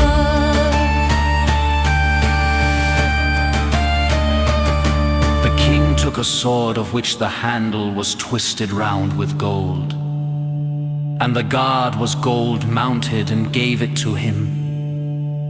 It was a valuable article, but the gift was not seen without envy, as will appear hereafter. Immediately after Yule, the king began his journey to the uplands, for he had a great many people about him, but had received no income that autumn from the north country, for there had been an armament in summer, and the king had laid out all the revenues he could command. And also he had no vessels with which he and his people could go to the north. At the same time he had news from the north, from which he could see that there would be no safety for him in that quarter, unless he went with a great force.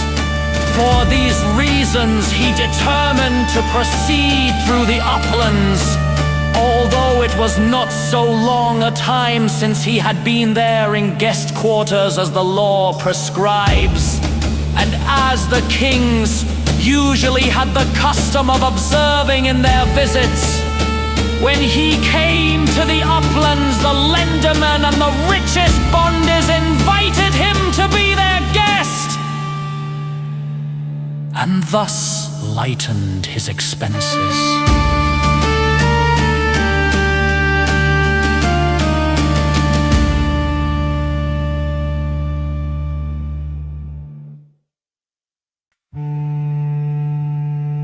The news came to Norway that King Canute had assembled an immense armament through all Denmark, with which he intended to conquer Norway. When this became known, the people were less willing to join King Olaf, and he got but little aid from the bonders. The king's men often spoke about this among themselves. Sigvat tells of it thus. Our men are few, our ships are small, while England's king is strong in all. But yet our king is not afraid. Oh, never be such king betrayed. 'Tis evil counsel to deprive our king of countrymen to strive to save their country sword in hand. 'Tis money that betrays our land. The king held meetings with the men of the court, and sometimes house things with all his people, and consulted with them what they should in their opinion undertake. We must not conceal from ourselves, said he, that Canute will come here this summer, and that he has, as you all know, a large force, and we have at present but few men to oppose to him. And as matters now stand, we cannot depend much on the fidelity of the country people.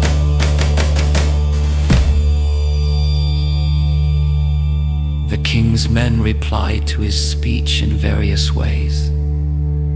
But it is said that Sigurd the Scald replied thus, advising flight as treachery, not cowardice, was the cause of it. We may well fly when even now a foe offers us money if we go. I may be blamed, accused of fear, but treachery, not faith, rules here. Men may retire who long have shown their faith and love, and now alone retire because they cannot save. This is no treachery in the brave.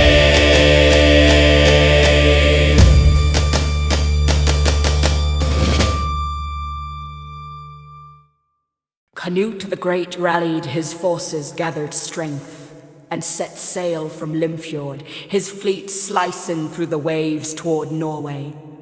He made no pause east of the fjords, speeding across, Folden till he touched land in Agder. There, he called a thing, and the bandits streamed down from the highlands to meet him. Canute, bold and unchallenged, was hailed as king wherever he went. He set men over the districts, took hostages from the bandits, and none dared stand against him. King Olaf lingered in Tunsberg as Canute's armada swept past the fjord's mouth. Northward, Canute sailed, and the people of every district flocked to him, swearing fealty. In Egersund he lingered, met by Erling Skjalgsson and his host. There, Canute and Erling rekindled their bond, sealed with a promise. Erling would rule the lands from Stad to Regiarbit. Onward, Canute pressed, and to cut the tale short, he didn't halt till he reached Throndheim, landing at Nidaros. There, he summoned a grand thing for the 8 districts, and the people chose him king of all Norway. Thora Hund, who'd sailed with Canute from Denmark, stood tall beside Harik of the Jota. Both were named sheriffs, swearing oaths to Canute, who granted them vast fiefs, rights to the Lapland trade, and showered them with lavish gifts. To all who pledged friendship, Canute gave riches, fiefs, and power greater than they'd ever known. Thorarin, the great Skald, composed a poem about King Canute, which was called the Campaign Poem. And therein he tells King Canute's expedition when he sailed from Denmark to Norway. And the following are strophes from one of the parts of this poem.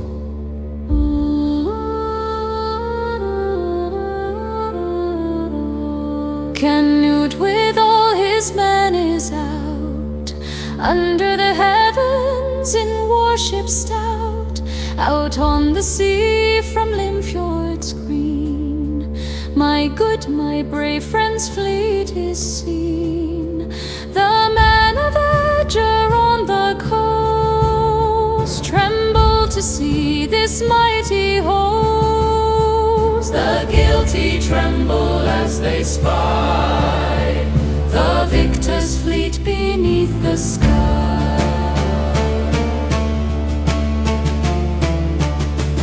The sight surpasses far the tale, as glazing in the sun they sail, the kingship glittering all with gold and splendor there not to to be told.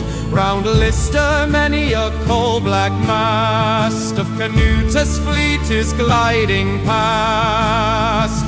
And now through eager sound they ride Upon the gently heaving tide. And all the sound is covered o'er with ships and sails from shore to shore. A mighty king, a mighty host, hiding the sea on the eager coast. And peaceful men in haste now high up Hiornagla hill the fleet to spy. as round the ness where Stad now lies. Each high-stemmed ship in splendor flies.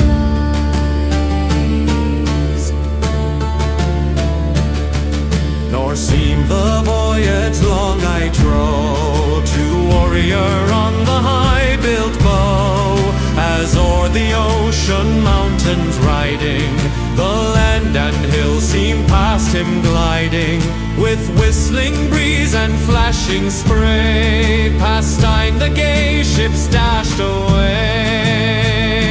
In open sea the southern gale Filled every wide out-bellying sail. Still on they fly, still northward go, till he who conquers every foe, the mighty Canute, came to land far in the north on Throndheim's strand. There this great king of Jutland race, whose deeds and gifts surpass in grace, all other kings bestowed the throne of Norway on his sister's son.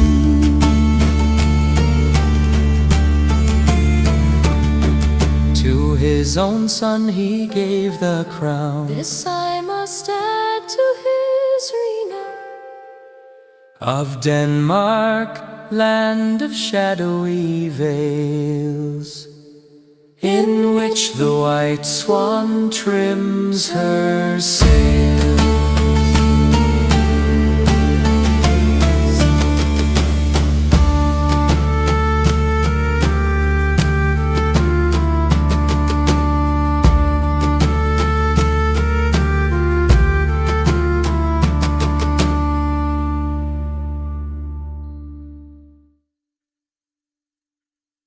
On Tomasmus, before Yule, the king left the harbor as soon as day appeared.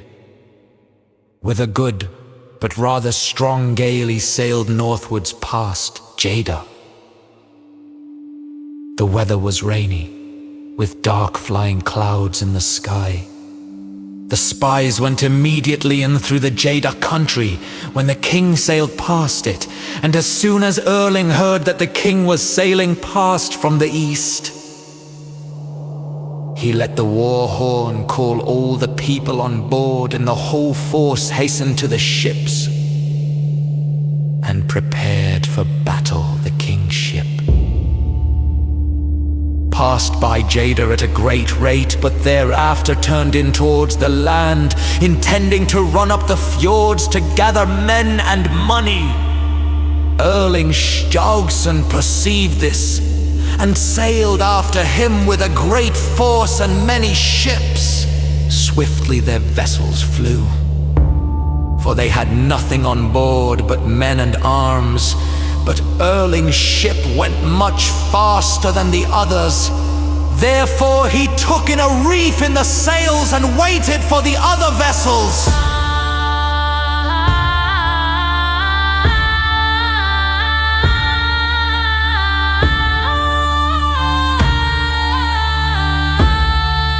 Then the king saw that Erling with his fleet gained upon him fast. For the king's ships were heavily laden, and were besides water-soaked, having been in the sea the whole summer, autumn, and winter up to this time. He saw also that there would be a great want of men, if he should go against the whole of Erling's fleet when it was assembled. He hailed from ship to ship the orders to let the sails gently sink, and to unship the booms and outriggers, which was done. When Erling saw this, he calls out to his people and orders them to get on more sail. Ye see, says he, that their sails are diminishing, and they are getting fast away from our sight. He took the reef out of the sails of his ship and outsailed all the others immediately, for Erling was very eager in his pursuit of King Olaf.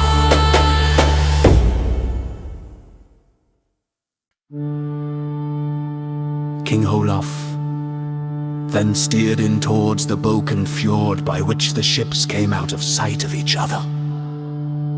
Thereafter the king ordered his men to strike the sails and row forwards through a narrow sound that was there.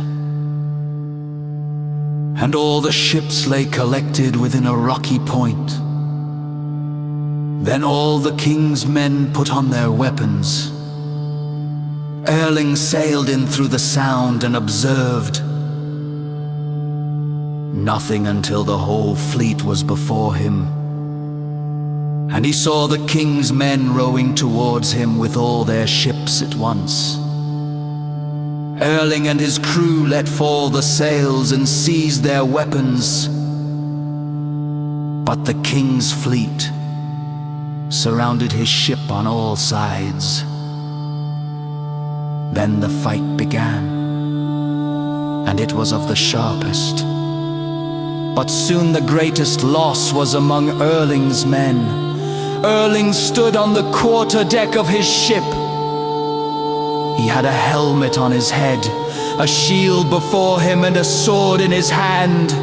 Sigvat composed a poem upon Erling's fall, in which there is the following verse. Erling has set his ship on sea against the king. Away is he who oft lets the eagle stain her yellow feet in blood of slain. His little warship side by side with the king's fleet, the fray will bide. Now sword to sword the fight is raging, which Erling with the king is waging. The king's men hewed with hasty sword, the king urged on the ship to board. All o'er the decks the wounded lay, right fierce and bloody was that fray. In Tungar Sound on Jader shore, the decks were slippery with red gore. Warm blood was dropping in the sound, where the king's sword was gleaming round. All Erling's men fell in the fray off Boken Fjord this hard-fought day. The brave king boarded, onward cheered, and north of Tungar the deck was cleared. Erling alone, the brave, the stout, cut off from all, yet still held out. High on the stern, a sight to see, in his lone ship alone stood he. Scout's brave son no mercy craves, the battle's fury still he braves. The spear stormed through the air, sharp singing, against his shield was ever ringing. So Erling stood, but fate had willed his life off Boken should be spilled. No braver man has since his day past Boken Fjord and his way. Erling, our best defense of old, Erling the brave, the brisk, the bold, stood to his arms, gaily crying, eagles should show their claws, though dying. The very words which once before to Olaf he had said on shore at Jutstein, when they both prepared to meet the foe and danger share. Thus Erling fell, and such a gain to buy with such a loss was vain. For better man than he ne'er died, and the king's gain was small beside. In truth no man I ever knew was in all ways so firm and true, free from servility and pride, honored by all, yet thus he died.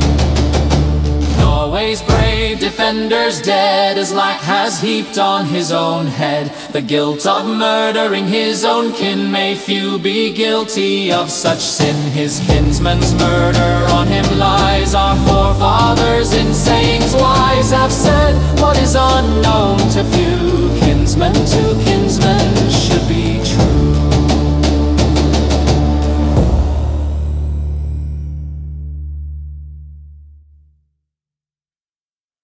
King Olaf set out from Norway, trekking east through the wilds of Ade Forest, on to Vermeland.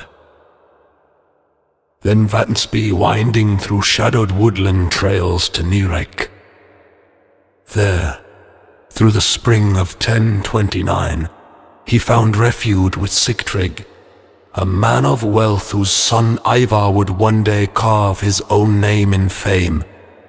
Come summer, Olaf sailed for Russia, to the court of King Jaroslav and Queen Ingigerd, leaving behind Queen Astrid and their daughter Ulfhild and Svithjod, but keeping his son Magnus close. Jaroslav opened his arms wide, offering land to sustain Olaf's loyal band, and Olaf, with a grateful heart, took it. His power dimming, his foe's strength rising, Olaf, ever the faithful, gave himself to God's service. His days filled with prayer. Once he'd fought to guard Norway from foreign chains, to bring its people to the light of faith, and to deal justice to those who strayed.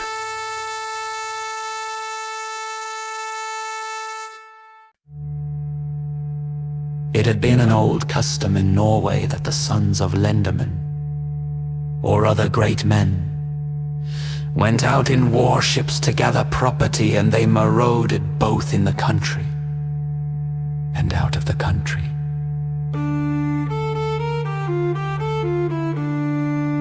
But after King Olaf came to the sovereignty, he protected the country so that he abolished all plundering there. And even if they were the sons of powerful men who committed any depredation, or did, what the king considered against law, he did not spare them at all, but they must suffer in life or limbs. And no man's entreaties, and no offer of money penalties could help them, so says Sigvat. They who on Viking cruises drove, with gifts of red gold often strove to buy their safety, but our chief had no compassion for the thief. He made the bravest lose his head, who robbed at sea and pirates led, and his just sword gave peace to all, sparing no robber, great or small. Great king, who soared on many a field, food to the wandering wolf did he yield, and then the thief and pirate band swept wholly off by sea and land. Good king, who for the people's sake set hands and feet upon a stake, when plunderers of great name and bold harried the country as of old. The country's guardian showed his might, when oft he made his just sword bite through many a Viking's neck and hair, and never would the guilty spare. Magnus's father, I must say, did many a good deed in his day. Olaf the Thick was stern and stout, much good his victories brought out. He punished great and small with equal severity, which appeared to the chief people of the country too severe. And animosity rose to the highest when they lost relatives by the king's just sentence, although they were in reality guilty. This was the origin of the hostility of the great men of the country to King Olaf. that they could not bear his just judgments. He again would rather renounce his dignity than omit righteous judgment. The accusation against him of being stingy with his money was not just, for he was a most generous man towards his friends. But that alone was the cause of the discontent raised against him, that he appeared hard and severe in his retributions. Besides, King Canute offered great sums of money, and the great chiefs were corrupted by this, and by his offering them greater dignities than they had possessed before. The inclinations of the people also were all in favor of Earl Hakon, who was much beloved by the country folks when he ruled the country before.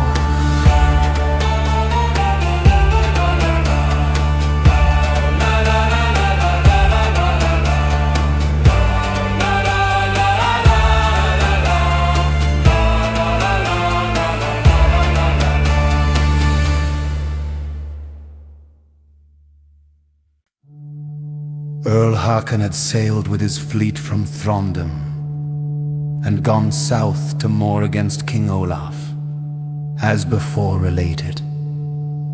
Now when the king bore away and ran into the fjord, the earl followed him thither. And then Kalf Arneson came to meet him, with many of the men who had deserted King Olaf. Kalf was well received. The earl steered in through Todar Fjord to Valdal, where the king had laid up his ships on the strand.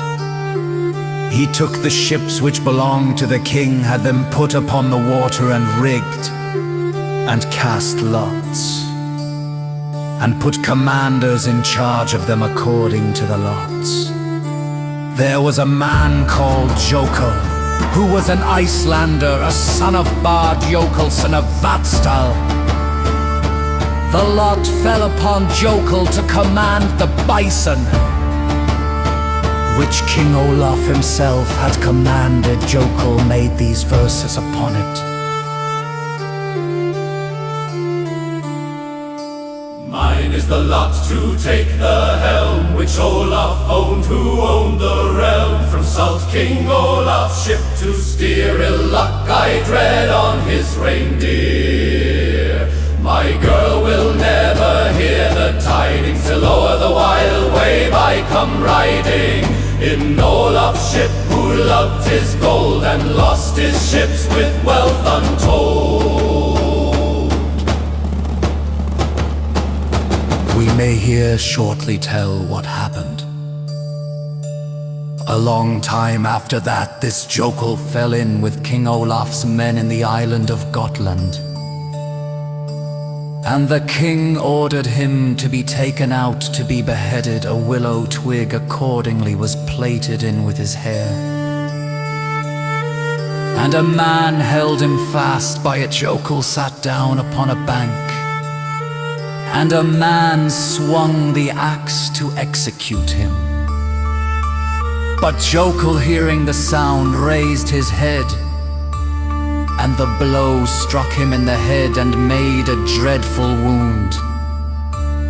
As the king saw it would be his death wound, he ordered them to let him lie with it. Jokel raised himself up, and he sang, My hard fate I mourn. Alas, my wounds burn. My red wounds are gaping, my lifeblood escaping. My wounds burn sore, but I suffer still more.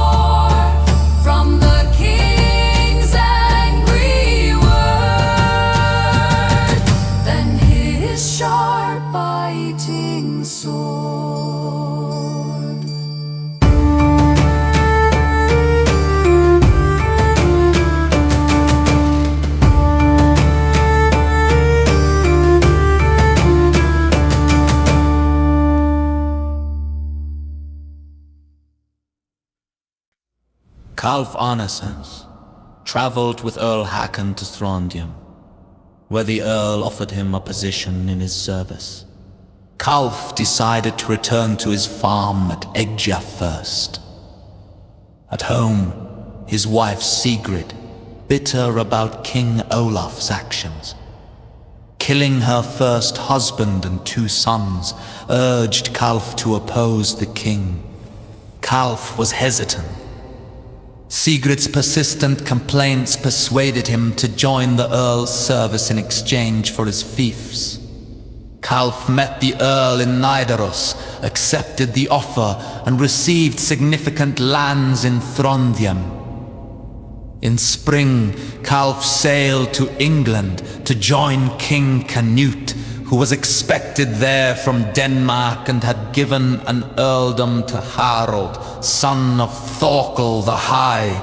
Jan the Scald tells of these circumstances. King Olaf eastward o'er the sea, to Russia's monarch had to flee. Our Harold's brother ploughed the main, and furrowed white its dark blue plain. Whilst thou, the truth I still will say, nor fear nor favour can me sway.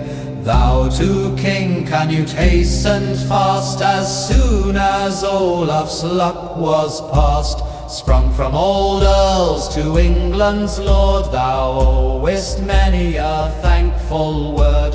For many a gift, if all be true, thy interest has been kept in view. For when thy course was bent for home, although that luck is not yet come, that Norway should be thine, 'tis said, the London king a promise made.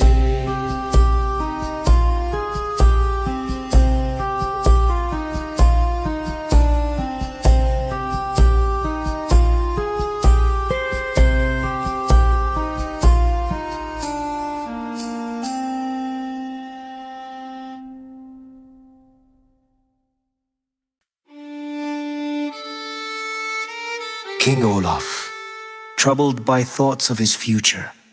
He dreamt of King Olaf, Tryggvason urging him to reclaim his rightful kingdom in Norway with divine support. Emboldened, Olaf resolved to return. Encouraged by his men and news of Norway's leaderless state after Earl Hakon's death. In Russia, Olaf gained a reputation for healing when he cured a boy's neck boil with a blessed piece of bread, later considered a miracle. On a Sunday, distractedly carving wood, Olaf burned the shavings on his hand as penance for breaking the Sabbath. Despite King Jaroslav and Queen Ingigerd's pleas to stay, Olaf, inspired by his dream, left Russia after Yule with 200 men, leaving his son Magnus behind. Jaroslav provided horses and supplies. Olaf sailed to Gotland and proceeded to Svithjord, meeting King Onund and Astrid joyfully at Aros.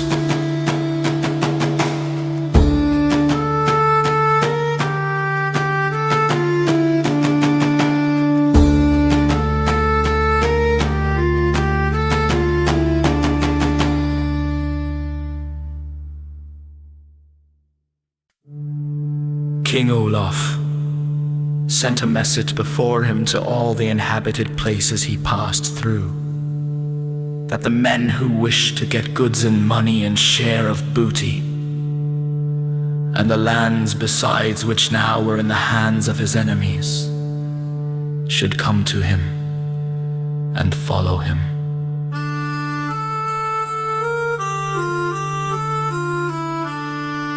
Thereafter King Olaf led his army through forests, often over desert moors and often over large lakes, and they dragged or carried the boats from lake to lake. On the way, a great many followers joined the king, partly forest settlers, partly vagabonds. The places at which he halted for the night are since called Olaf's booths. He proceeded without any break upon his journey until he came to Jomtaland, from which he marched north over the keel or ridge of the land. The men spread themselves over the hamlets and proceeded, much scattered, so long as no enemy was expected. But always when so dispersed, the Northmen accompanying the king, Dag proceeded with his men on another line of march, and the Swedes on a third with their troop.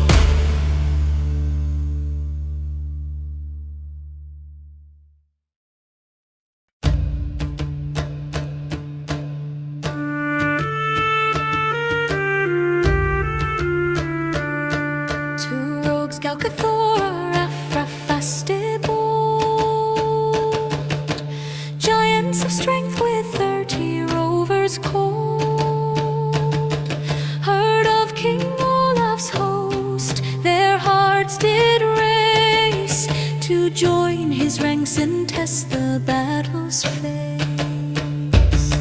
No line of war they'd seen yet craved its art, with impudence and courage in their heart. To Olaf's path they strode, in arms arrayed, saluted him, their purpose clear displayed. Who are ye? asked the king, their names they gave. Native rogues, to fight with thee we crave. Olaf saw worth in men, so fierce and tall. Join me, but swear to Christ who rules o'er all. Galcathor laughed, no gods we heed. Our strength, our luck, suffice for every deed.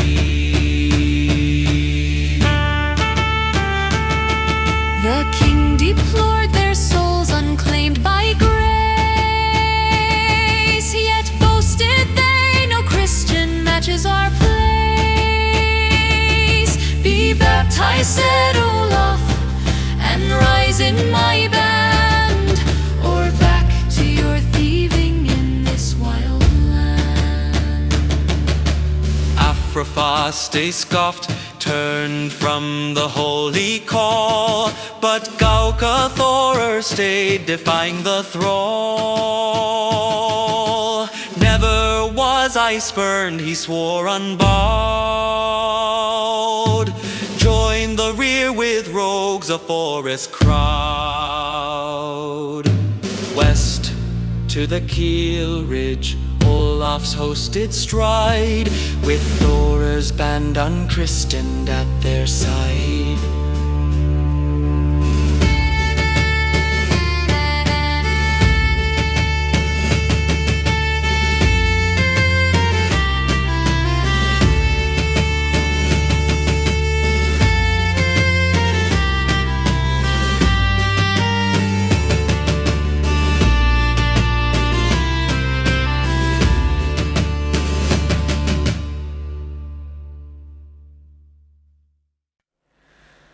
O'er the keel ridge Olaf came, from eastern march to western flame. Descending where the sea does call, he gazed afar, his heart enthralled. Before him rode, behind him trailed, his host yet silence round him sailed. No word he spoke, his eyes held fast, till Bishop neared his question cast. Why silent, Lord, so deep in thought? Thy cheer oft makes our joy uncaught. Olaf spoke low, his mind afar. Strange sights my soul did lately mar. From mountain's crest I viewed the land, Throndheim's sweeping vision grand. Then Norway whole my eyes did roam, till world's wide bounds became my home. Known havens clear and tales I've heard, yet unseen lands in sight were stirred. Both peopled vales and barren shore, this earth's vast span I saw and more. The bishop hailed this sacred sight, a wondrous glimpse of holy light. Olaf with all his course held true, his heart now bound to visions new.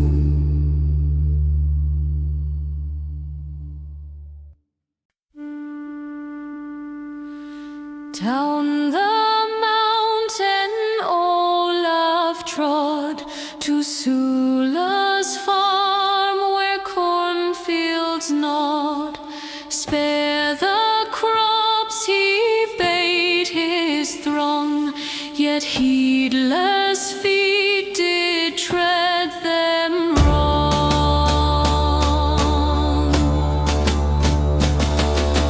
Thorgir Fleck the bonded there, greeted king with warmth and care, pledged his aid with open hand, told of hosts in Throndheim's land. Lendermen from south and north gathered, yet their aim unclear in worth. Thorgir grieved, his fields laid low, trampled flat by careless flow.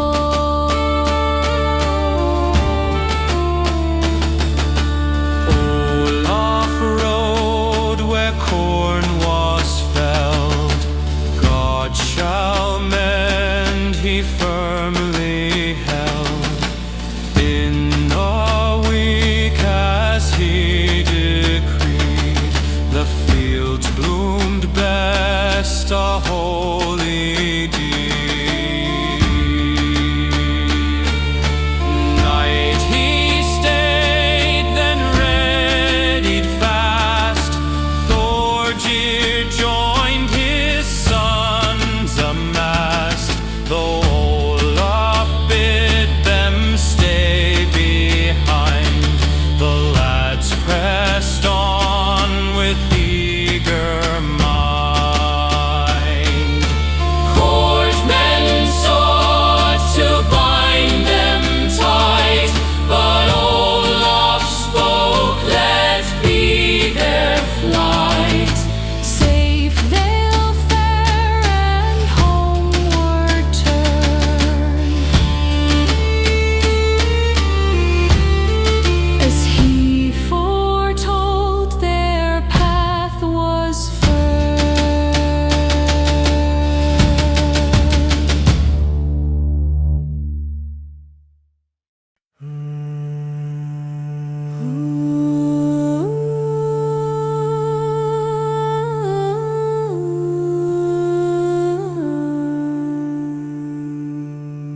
At Staffsmoor, King Olaf stayed, where word of Bonded's host was laid.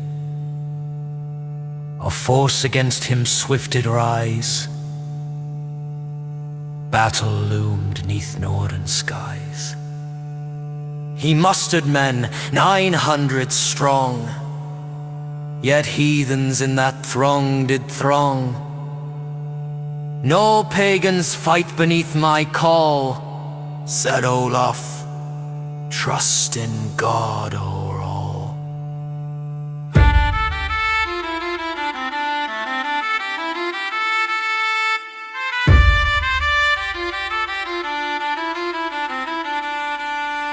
"400 knelt their souls to save. Baptized they joined the king's enclave. 500 spurned the holy rite. Led homeward to their pagan night. Gauka, Thorer, Afra, fast they bore.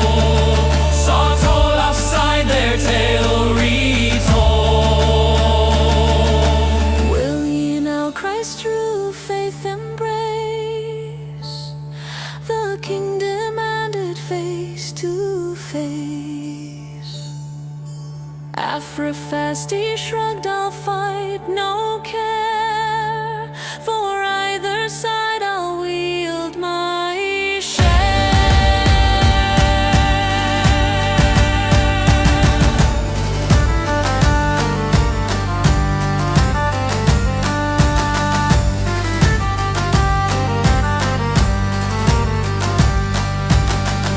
But Thorer spoke, the king I laid. If God, I must let Christ be swayed. Agreed, they bend to water's grace. Priest and bishop bless their place. Olaf took them courtmen near to bear his banner, wield his spear.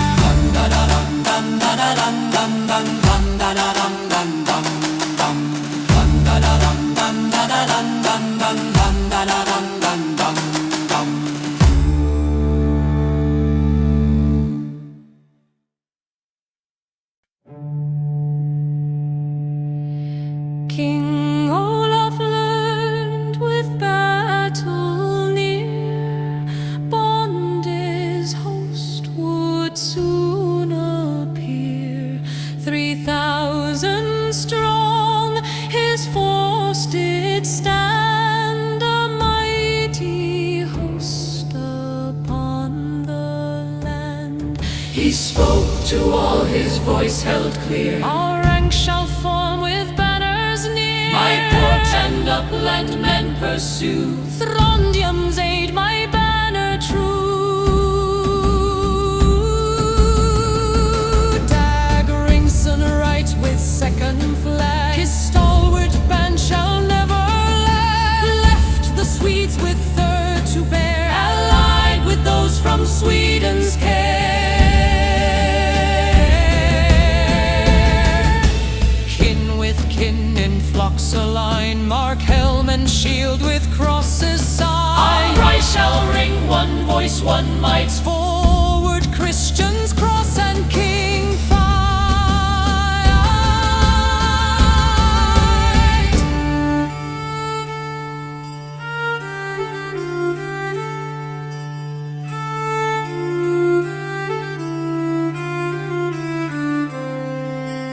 Thin our ranks, for numbers few, yet let no foe our line break through. Each man know his place, his part.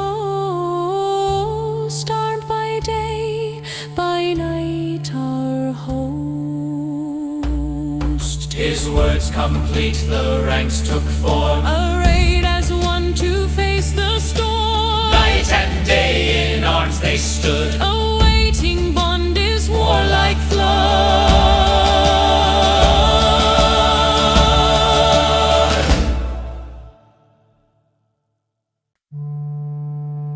It is related that when King Olaf drew up his men in battle order, he made a shield rampart with his troop that should defend him in battle, for which he selected the strongest and boldest.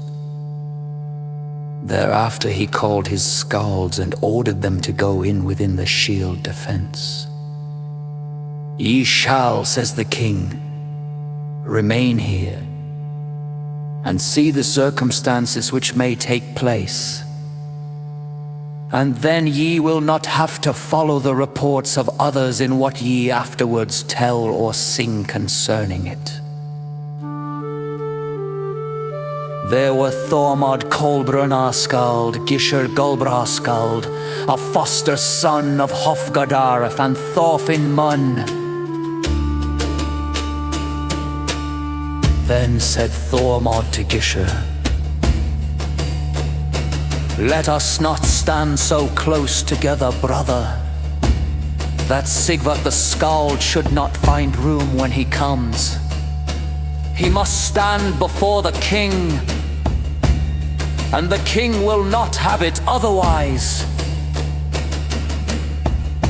The king heard this and said, "Ye need not sneer at Sigvard, because he is not here. Often has he followed me. Well, and now he is praying for us, and that we greatly need." Thormod replies, "It may be, sire, that ye now require prayers most, but it would be thin around the banner staff if all thy court men were now on the way to Rome." True it was what we spoke about, that no man who would speak with you could find room for Sigvard. Thereafter the Skalds talked among themselves that it would be well to compose a few songs of remembrance about the events which would soon be taking place. Then Gissur sang, "From me shall bend a girl never hear a thought of sorrow, care, or fear. I wish my girl knew how gay we arm us for our Viking fray. Many and brave they are, we know, who come against us there below. But life or death, we one and all, by Norway's king will stand or fall." And Thorfinn Munn made another song, viz.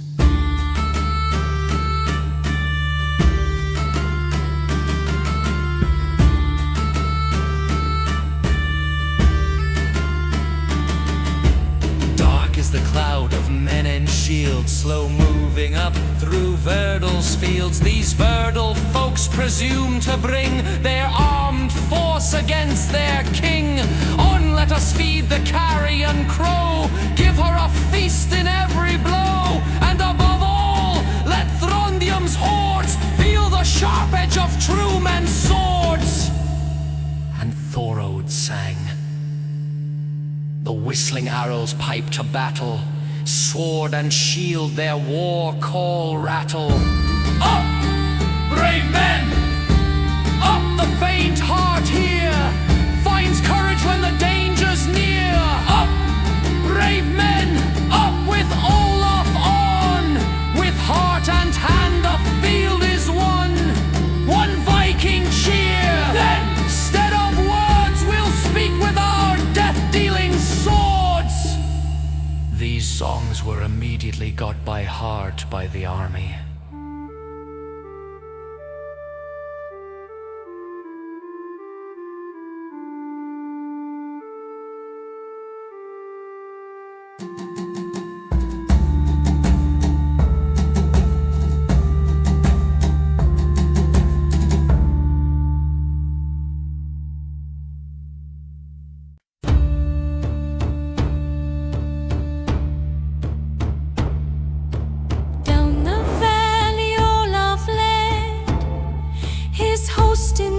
love's embrace was bed.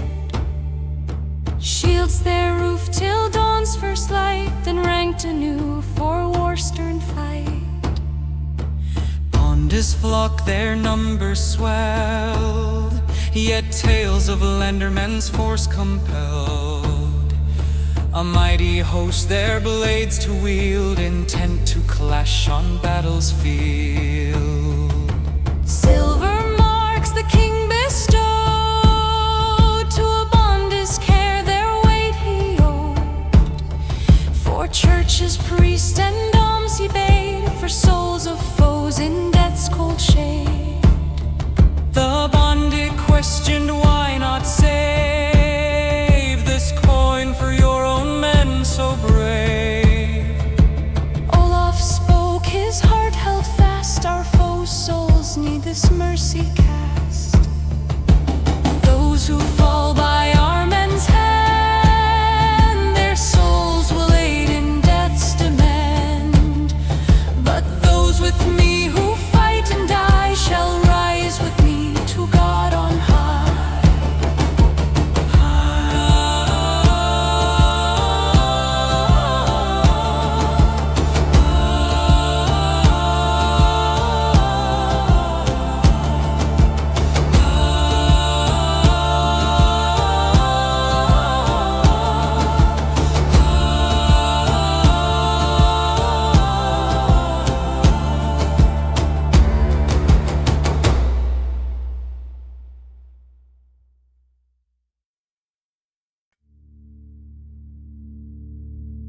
This night, the king lay with his army around him on the field, as before related, and lay long awake in prayer to God, and slept but little. Towards morning a slumber fell on him, and when he awoke daylight was shooting up.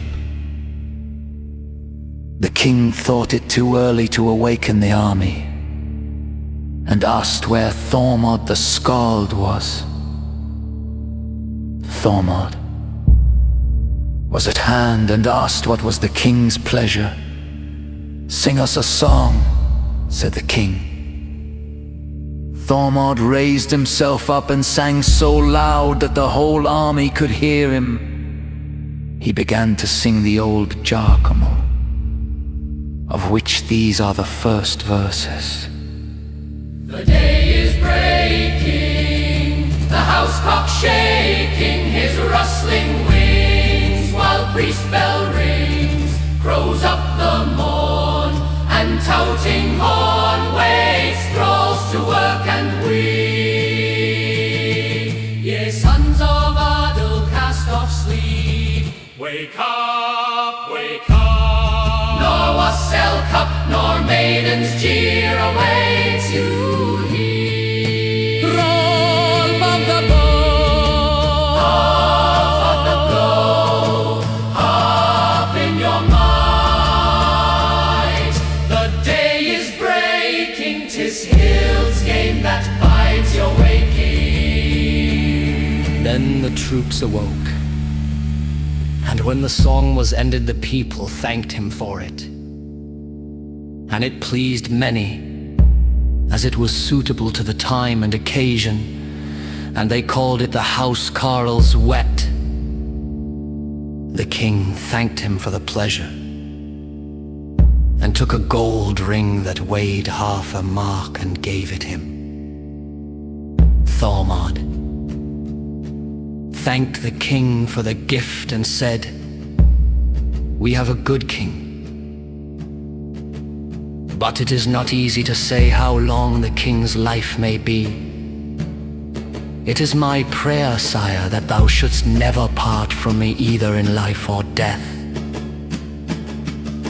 The king replies, "We shall all go together so long as I rule, and as ye will follow me." Thormod says, "I hope, sire, that whether in safety or danger I may stand near you as long as I can stand. Whatever we may hear of Sigvard traveling with his gold-hilted sword."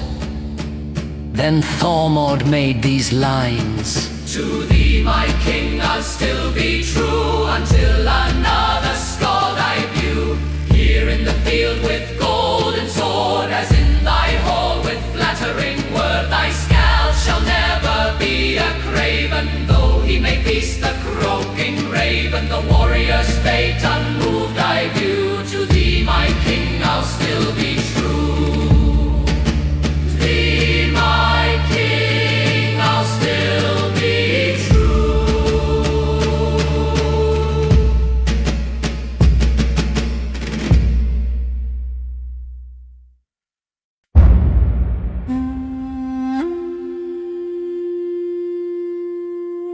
King Olaf led his army to Stiklestad, while Dag took another route.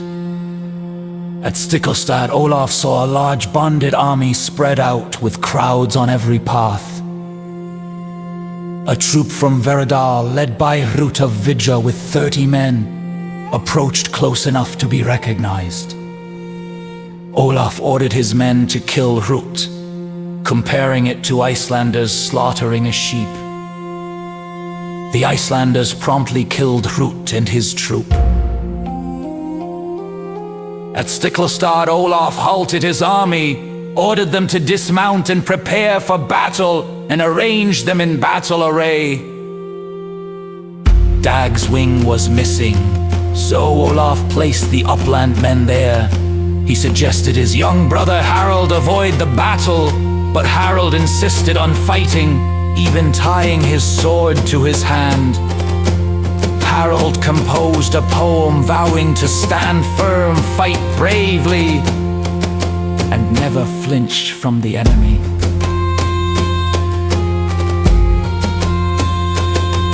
Our army's wing, where I shall stand, I will hold good with heart and hand. My mother's eye shall joy to see a battered blood-stained shield from me. The brisk young Scald should gaily go into the fray, give blow for blow, cheer on his men, gain inch by inch, and from the spear point never flinch. Harold got his will and was allowed to be in the battle.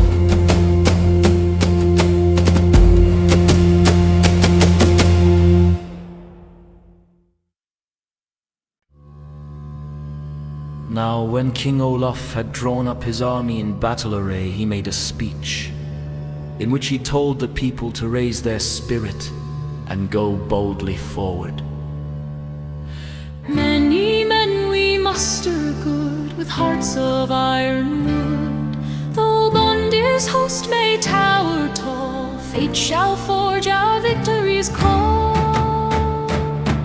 I swear I'll never fly from strife, but fight to claim a hero's life. In battle's blaze I'll stand or fall, God's will shall guide my spirit's thrall. Our just cause burns or rebel might, his shield protects us in this fight. Or recompense divine we'll learn, beyond what mortal hearts discern. Should victory's crown be ours to claim, reward I'll grant to Lord your name. From foes we'll seize their land and hoard, their wealth shall bow to our sharp sword. With hardest onset we'll descend, swift blows shall bring their ranks to end. No tired soul shall slow our pace, sharper swords will win this race. Their foremost line will break and flee, destruction's tide shall set us free. Their crowded host will crush its own in chaos, felled by sword and stone. Loud roared the host with fervent cheer, each man's resolve rose fierce and clear. With blades we'll carve our saga's song, our glory echoes loud and long. Stand firm, my kin, with fearless might, our tale shall shine in blood and light.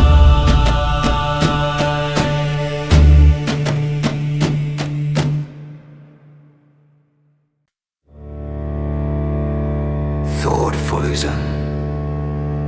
carried King Olaf's banner. So says Sigvat the Skald in the death song which he composed about King Olaf, and put together according to Resurrection Saga. Thought I have heard by Olaf's side, where raged the battle's wildest tide, moved on and as by one accord, moved with them every heart and sword, the banner of the King on high, floating all splendid in the sky. From golden shaft aloft he bore the Norsemen's rallying point of yore.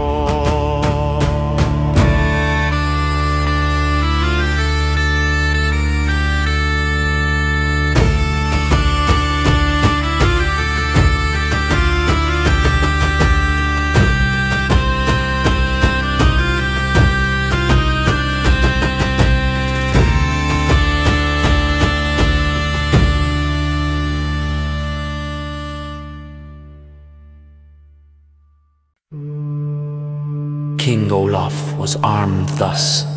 He had a gold-mounted helmet on his head, and had in one hand a white shield on which the Holy Cross was inlaid in gold. In his other hand he had a lance, which to the present day stands beside the altar in Christ Church. In his belt he had a sword, which was called Niter, which was remarkably sharp, and of which the handle was worked with gold. He had also a strong coat of ringmail. Sigvat the Skald speaks of this.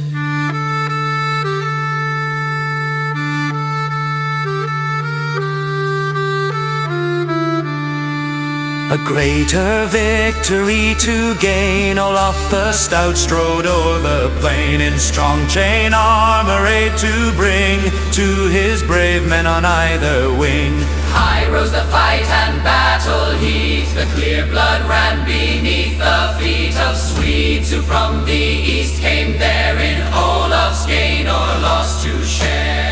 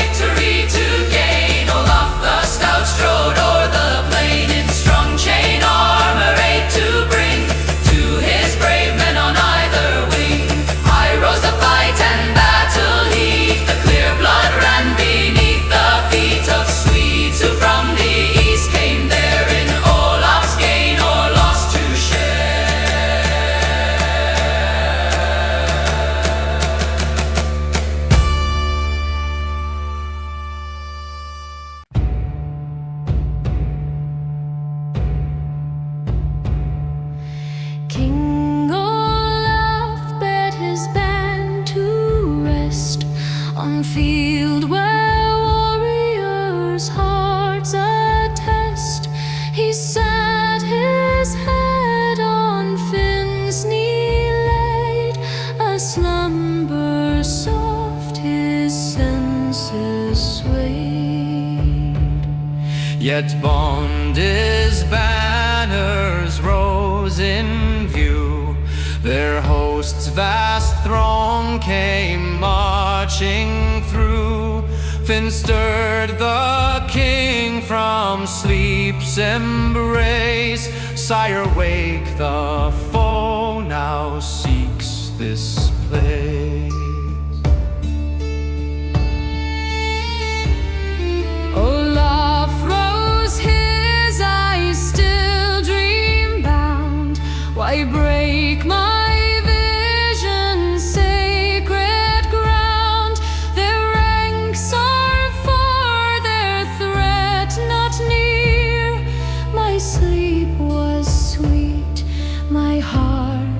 was clear. Finn spoke with haste, his voice a spur.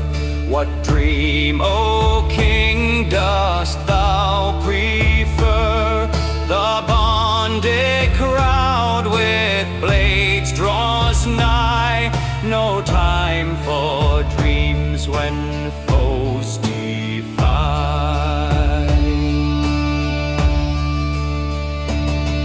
Olaf's gaze grew soft yet grave, a tale of mystic heights he gave. I climbed a ladder high and grand, its rungs reached heaven's golden land. To highest step my soul did soar, where heaven's gates stood wide unbarred. Thou woke me ere I crossed that gate. My dream foretold a kingly fate.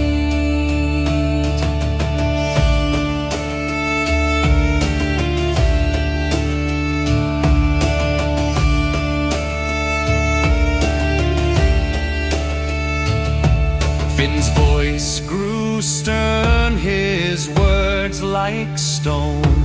No joy in dreams of heights alone. This vision marks the fate I fear, or sleepless mind has wrought the drear. Yet Olaf stood, his heart unbowed, To face the storm of bonded crowd.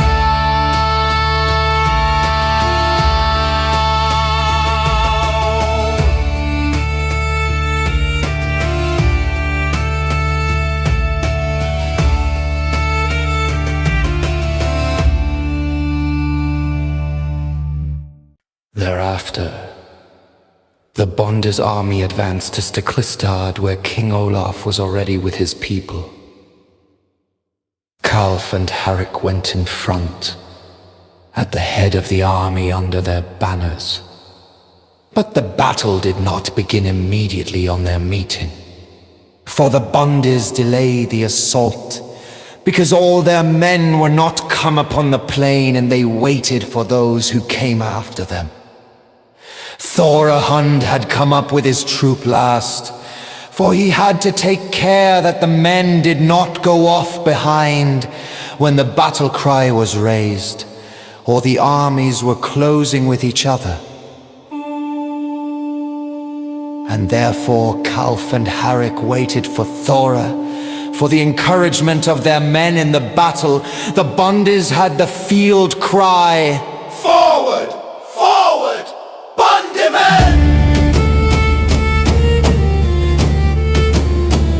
King Olaf also made no attack, for he waited for Dag, and the people who followed him. At last the king saw Dag and his men approaching.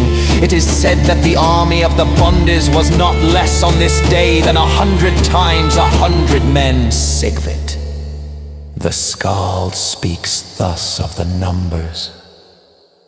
I grieve to think the king had brought too small a force for what he sought. He held his goal too fast to bring the numbers that could make him king. The foemen more than 2 to 1, the victory by numbers won. And this alone, as I've heard say, against King Olaf turned the day.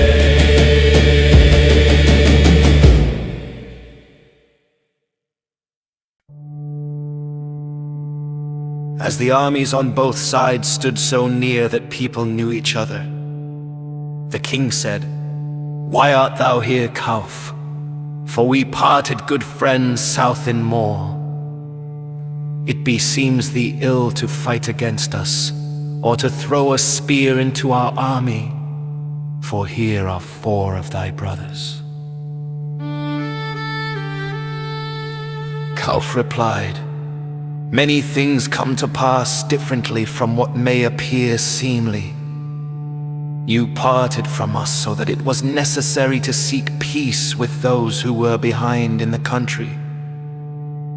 Now each must remain where he stands, but if I might advise, we should be reconciled."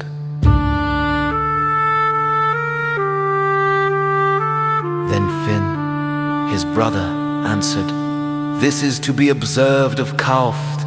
When he speaks fairly, he has it in his mind to do ill." The king answered, "It may be, Kalf, that thou art inclined to reconciliation, but methinks the Bondis do not appear so peaceful."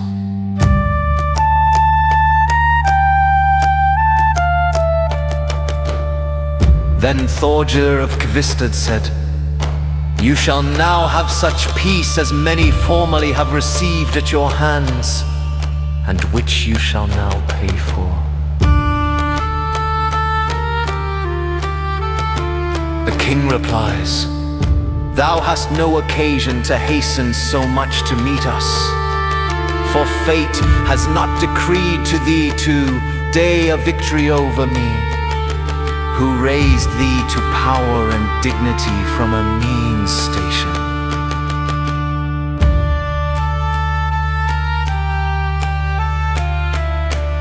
Now came Thorahund, went forward in front of the banner with his troop, and called out, "Forward, forward, bonded men!"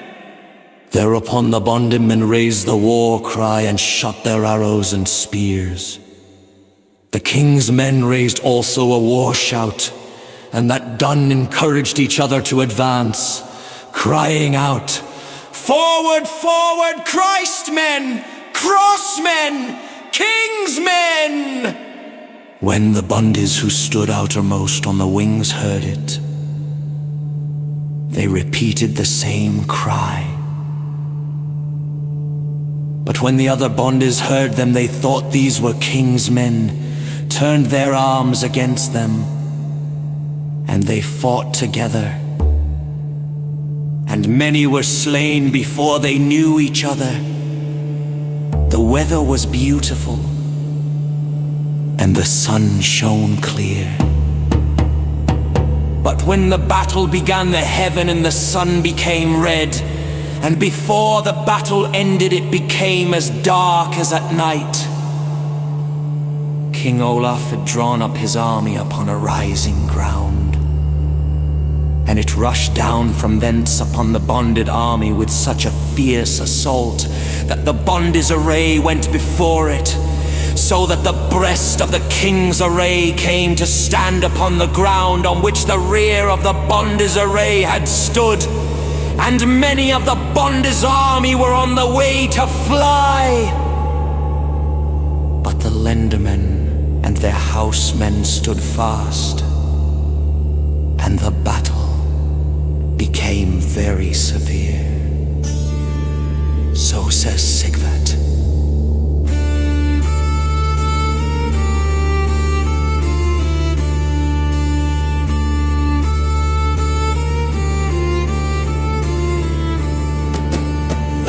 The ground beneath their tread as iron-clad thick tramping sped. The men at arms in row and rank past Sticklest at sweet grassy bank. The clank of steel, the bowstrings twang, the sounds of battle loudly rang, and bowmen hurried on advancing, their bright helms in the sunshine glancing.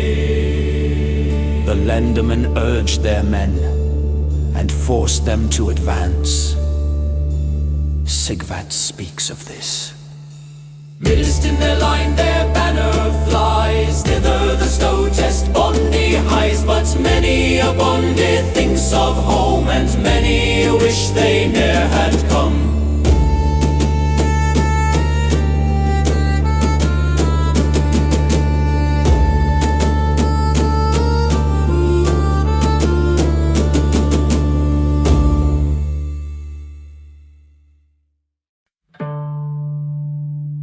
Then the Bond army pushed on from all quarters. They who stood in front hewed down with their swords, they who stood next thrust with their spears, and they who stood hindmost shot arrows, cast spears or threw stones, hand axes or sharp stakes. Soon there was a great fall of men in the battle. Many were down on both sides. In the first onset fell Arnyad, Gelline, Gauka, Thora, and Afrafaste with all their men, after each had killed a man or two, and some indeed more. Now the ranks in front of the king's banner began to be thinned, and the king ordered Thord to carry the banner forward, and the king himself followed it with the troop he had chosen to stand nearest to him in battle. And these were the best armed men in the field and the most expert in the use of their weapons. Sigvat the Skald tells of this. Loud was the battle storm there, where the king's banner flamed in air. The king beneath his banner stands, and there the battle he commands.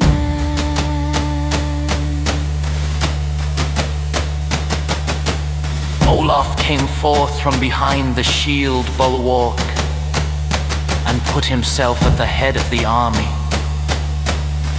And when the Bonders looked him in the face, they were frightened and let their hands drop. So says Sing. I saw them shrink with fear, who would not shrink from foeman's spear, when Olaf's lion eye was cast on them and called up all the past. Clear as the serpent's eye his look, no Throndheim man could stand, but shook beneath its glance and skulked away, knowing his king, and cursed the day.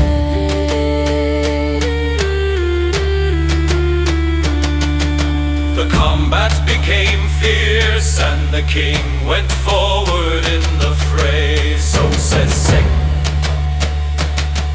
When on they came in fierce array, and round the king arose the fray. With shield on arm brave Olaf stood, dyeing his sword in their best blood, for vengeance on his Throndheim foes. On their best men he dealt his blows, he who knew well death's iron play, to his deep vengeance gave full sway.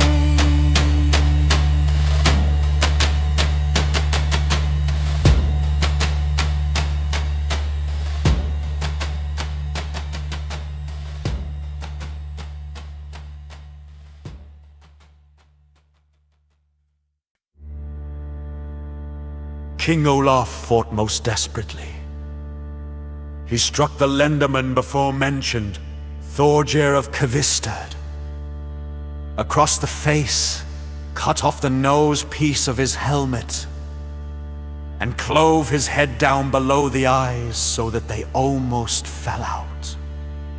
When he fell, the king said, "Was it not true, Thorgeir, what I told thee, that thou shouldst not be victor in our meeting?" At the same instant Thord stuck the banner pole so fast in the earth that it remained standing. Thord had got his death wound and fell beneath the banner. There also fell Thorfinn Munn, and also Gisser Gulberskald, who was attacked by two men, of whom he killed one, but only wounded the other before he fell.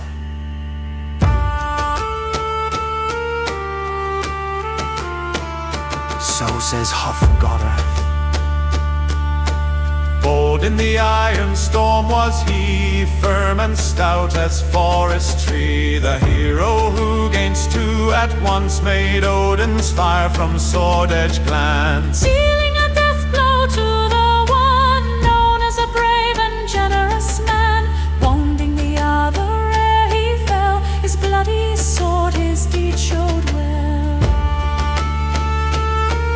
It happened then, as before related, that the sun, although the air was clear, withdrew from the sight, and it became dark. Of this Sigvat the Skald speaks. No common wonder in the sky fell out that day, the sun on high, and not a cloud to see around, shone not nor warm Norway's ground. The day on which fell out this fight was marked by dismal dusky light. This from the east I heard, the end of our great king it did portend. At the same time, Dag Ringsson came up with his people and began to put his men in array and to set up his banner. But on account of the darkness, the onset could not go on so briskly, for they could not see exactly whom they had before them. They turned, however, to that quarter where the men of Hordaland and Rogaland stood. Many of these circumstances took place at the same time, and some happened a little earlier, and some a little later.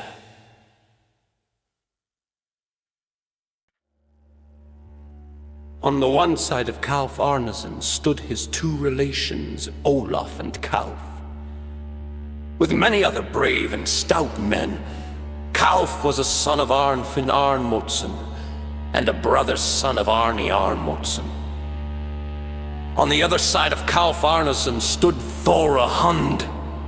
King Olaf hewed at Thora Hund and struck him across the shoulders, but the sword would not cut, and it was as if dust flew from his reindeer skin coat. So says Sigvat.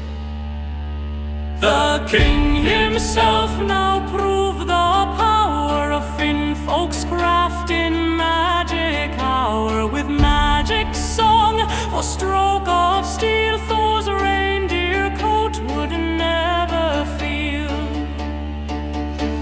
Bewitched by them, it turned the stroke of the king's sword. A dust like smoke rose from Thor's shoulders from the blow which the king thought would end his foe. Thora struck at the king, and they exchanged some blows. But the king's sword would not cut where it met the reindeer skin, although Thora was wounded in the hands. Sigvat sang thus of it. Some say that Thora's not right bold. Why, never yet have I been told of one who did a bolder thing than to change blows with his true king. Against his king his sword to wield, leaping across the shield on shield, which fenced the king round in the fight, shows the dog's courage brave, not bright. The king said to Bjorn the marshal, "Do thou kill the dog on whom steel will not bite." Bjorn turned round the axe in his hands and gave Thora a blow with the hammer of it on the shoulder so hard that he tottered. The king at the same moment turned against Kalf and his relations and gave Olaf his death wound. Thora Hund struck his spear right through the body of Marshal Bjorn and killed him outright. And Thora said, "It is thus we hunt the bear." Thorstein Narasmid struck at King Olaf with his axe, and the blow hit his left leg above the knee. Finn Arnason instantly killed Thorstein. The king, after the wound, staggered towards a stone, threw down his sword and prayed God to help him. Then Thora Hund struck at him with his spear, and the stroke went in under his mail coat and into his belly. Then Kalf struck at him on the left side of the neck. but all are not agreed upon Calf, having been the man who gave him the wound in the neck. These 3 wounds were King Olaf's death, and after the king's death, the greater part of the forces which had advanced with him fell with the king. John Gulbraskell sang these verses about Calf Arneson. Warrior who Olaf dared withstand, who against Olaf held the land. Thou hast withstood the bravest best, who e'er has gone to his long rest. At Stiklestad thou wast the head, with flying banners onwards led thy bonded troops, and still fought on until he fell, the much mourned one. Sigvat also made these verses on Bjorn.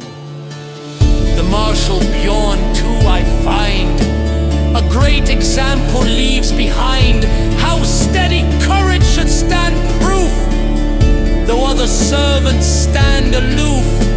To Russia first his steps he bent, to serve his master still intent, and now besides his king he fell, a noble death for skalds to tell.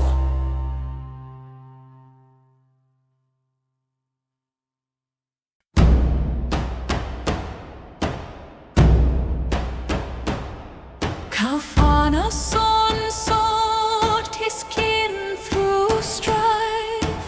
Thorberg and Finn, their threads of life, on bloodied field where warriors fell, he found them bound by battle spell. Finn, fierce-hearted, hurled his blade, with venomous words his wrath displayed. Faithless cur, traitor to our king, his daggers arc a deadly sting.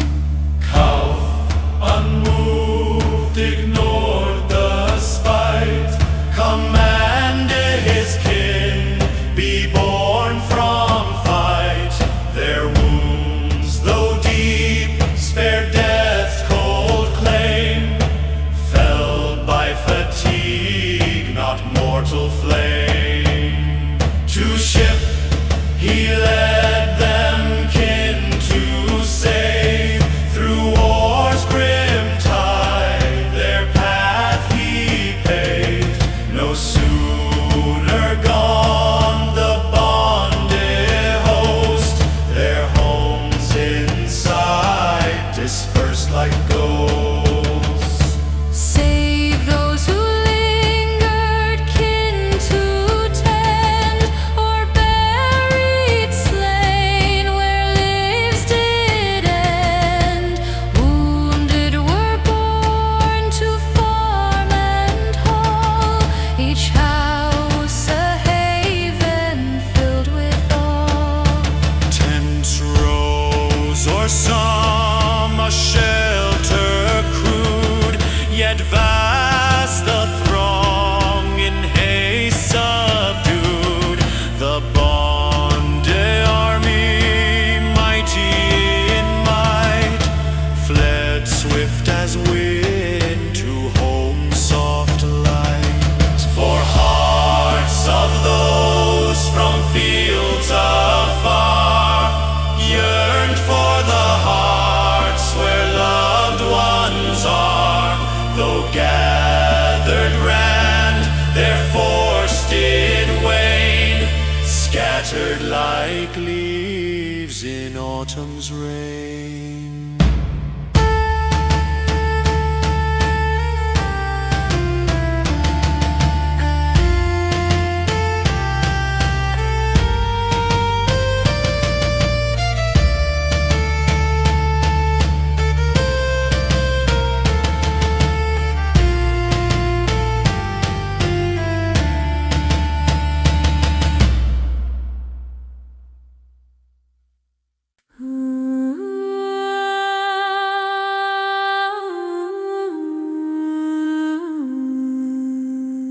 In battle's blaze, staggering sin strode, fierce-hearted, bold, with war's grim load.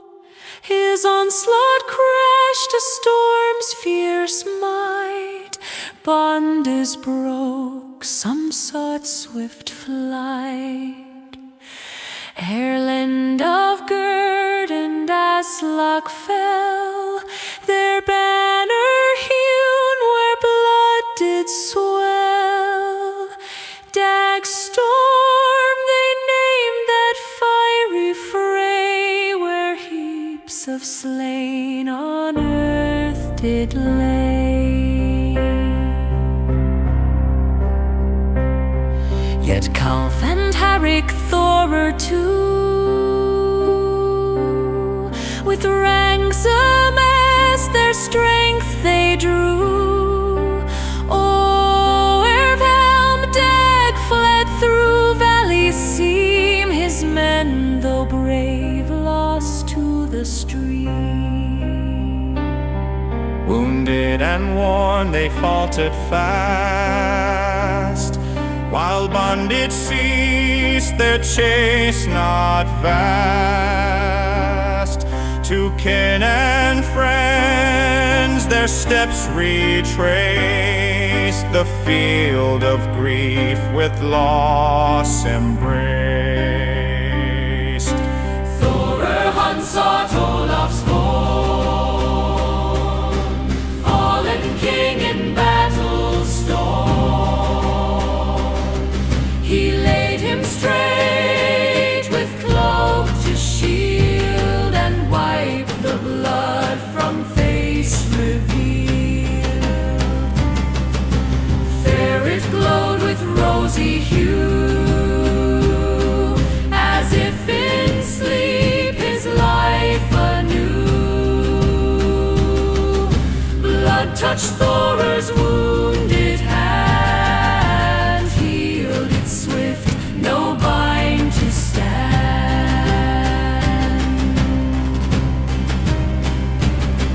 This sign he spoke when truth arose. Olaf's sanctity, the tale he chose. From foe to friend, Thorer's voice rang. The king's bright holiness he sang. Among the mighty first to claim Saint Olaf's light, his holy name.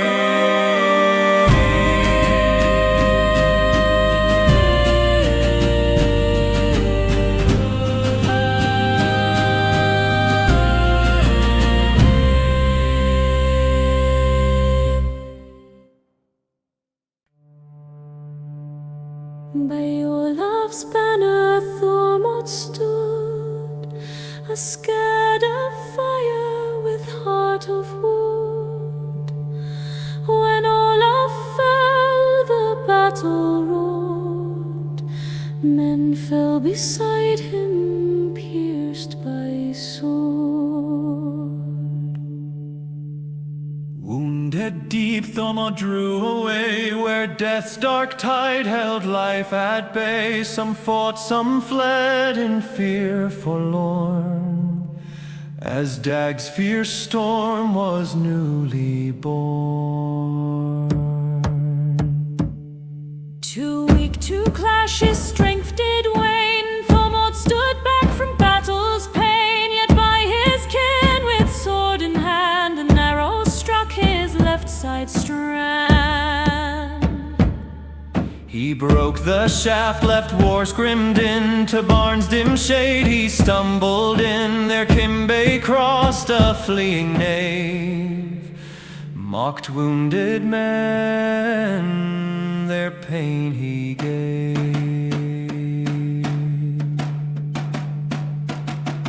Who art thou, man? Thormod's call. Kimbay he sneered, I shun the thrall. Wounded asked Thormod, proud and true. A scratch said Kimbay, and thou what rue? I fought for the best, the scout replied. Kimbay spied gold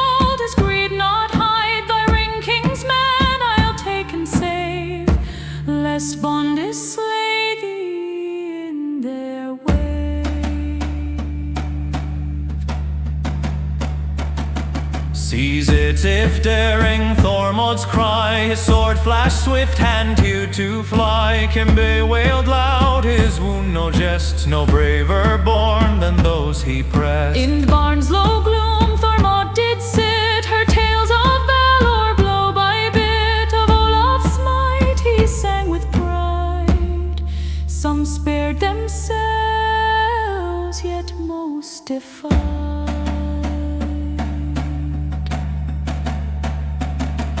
To chamber dark where wounded lay, Thormod crept his life's last day. A maid bound wounds by fire's warm glow, saw his pale face death's shadow show. No blooming lad, he sang in verse, steel's bite and thrust my frame do curse. Pale I wane by battle spent, my bones by Danish blades are bent.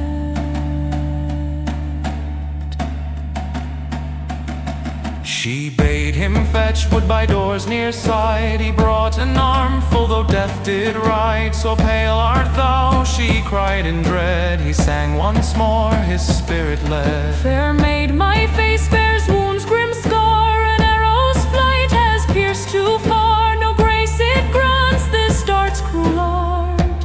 It lodges deep, too near my heart.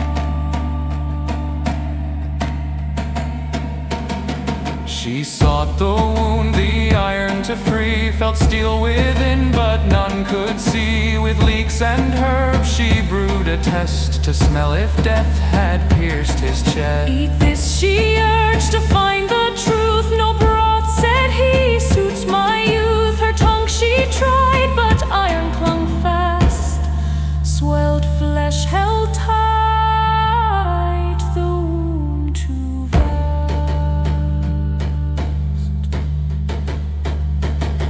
Cut deep, he urged, and give me tongs. I'll pull the steel where it belongs. She carved, he tugged, the iron broke free. Its hook showed flesh, heart's roots to see. Red and white, his core's last thread. The king fed well, he laughed and said, a gold ring he gave from Olaf's hand, that morn's bright gift to maid so grand.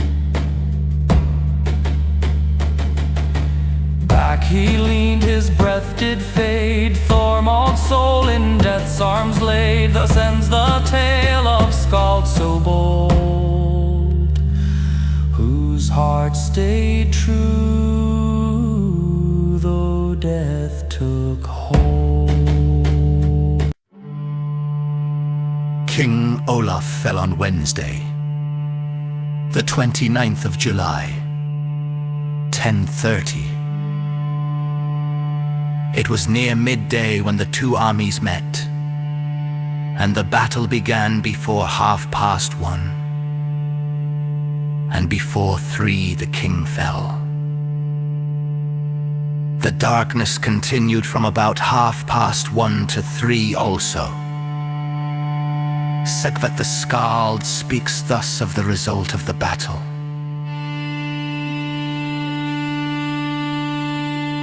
The loss was great to England's foes when their chief fell beneath the blows by his own thoughtless people given, when the king's shield in two was riven. The people's sovereign took the field, the people clove the sovereign shield of all the chiefs that bloody day. Dag only came out of the fray.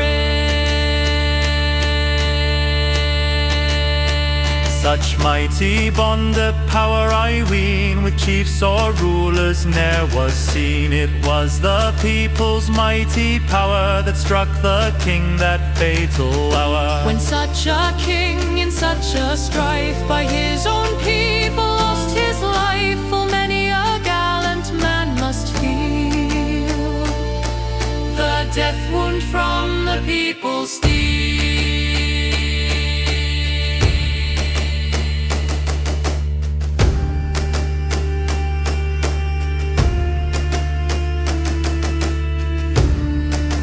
The bondage did not spoil the slain upon the field of battle, For immediately after the battle there came upon many of them, who had been against the king, a kind of dread as it were, yet they held by their evil inclination.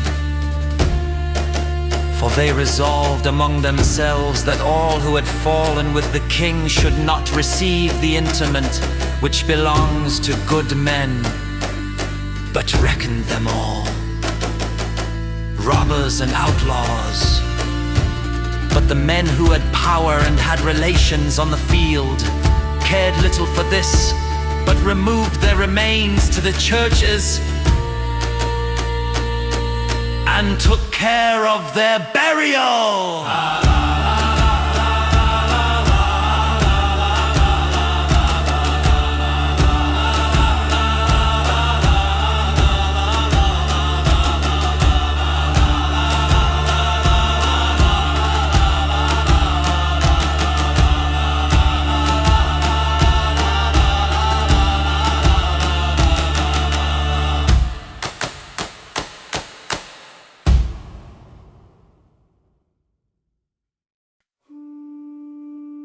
It is reckoned by those who have kept an exact account that Olaf the Saint was king of Norway for 15 years from the time Earl Svein left the country. But he had received the title of king from the people of the uplands the winter before. Sigvat the Skald tells this. For 15 winters o'er the land King Olaf held the chief command. Before he fell up in the north, his fall made known to us his word. No worthier prince before his day in our Northland e'er held the sway. Too short he held it for our good. All men wish now that he had stood. Saint Olaf was 35 years old when he fell, according to what our Frode the priest says, and he had been in 20 pitched battles. So says Sigvat the Skald. Some leaders trust in God, some not. Even so they're men, but well I wot, God-fearing Olaf fought and won 20 pitched battles one by one, and always placed upon his right his Christian men in a hard fight. May God be merciful, I pray to him, for he ne'er shunned his fray. We have now related a part of King Olaf's story, namely the events which took place while he ruled over Norway, also his death and how his holiness was manifested. Now shall we not neglect to mention what it was that most advanced his honor. This was his miracles, but these will come to be treated of afterwards in this book.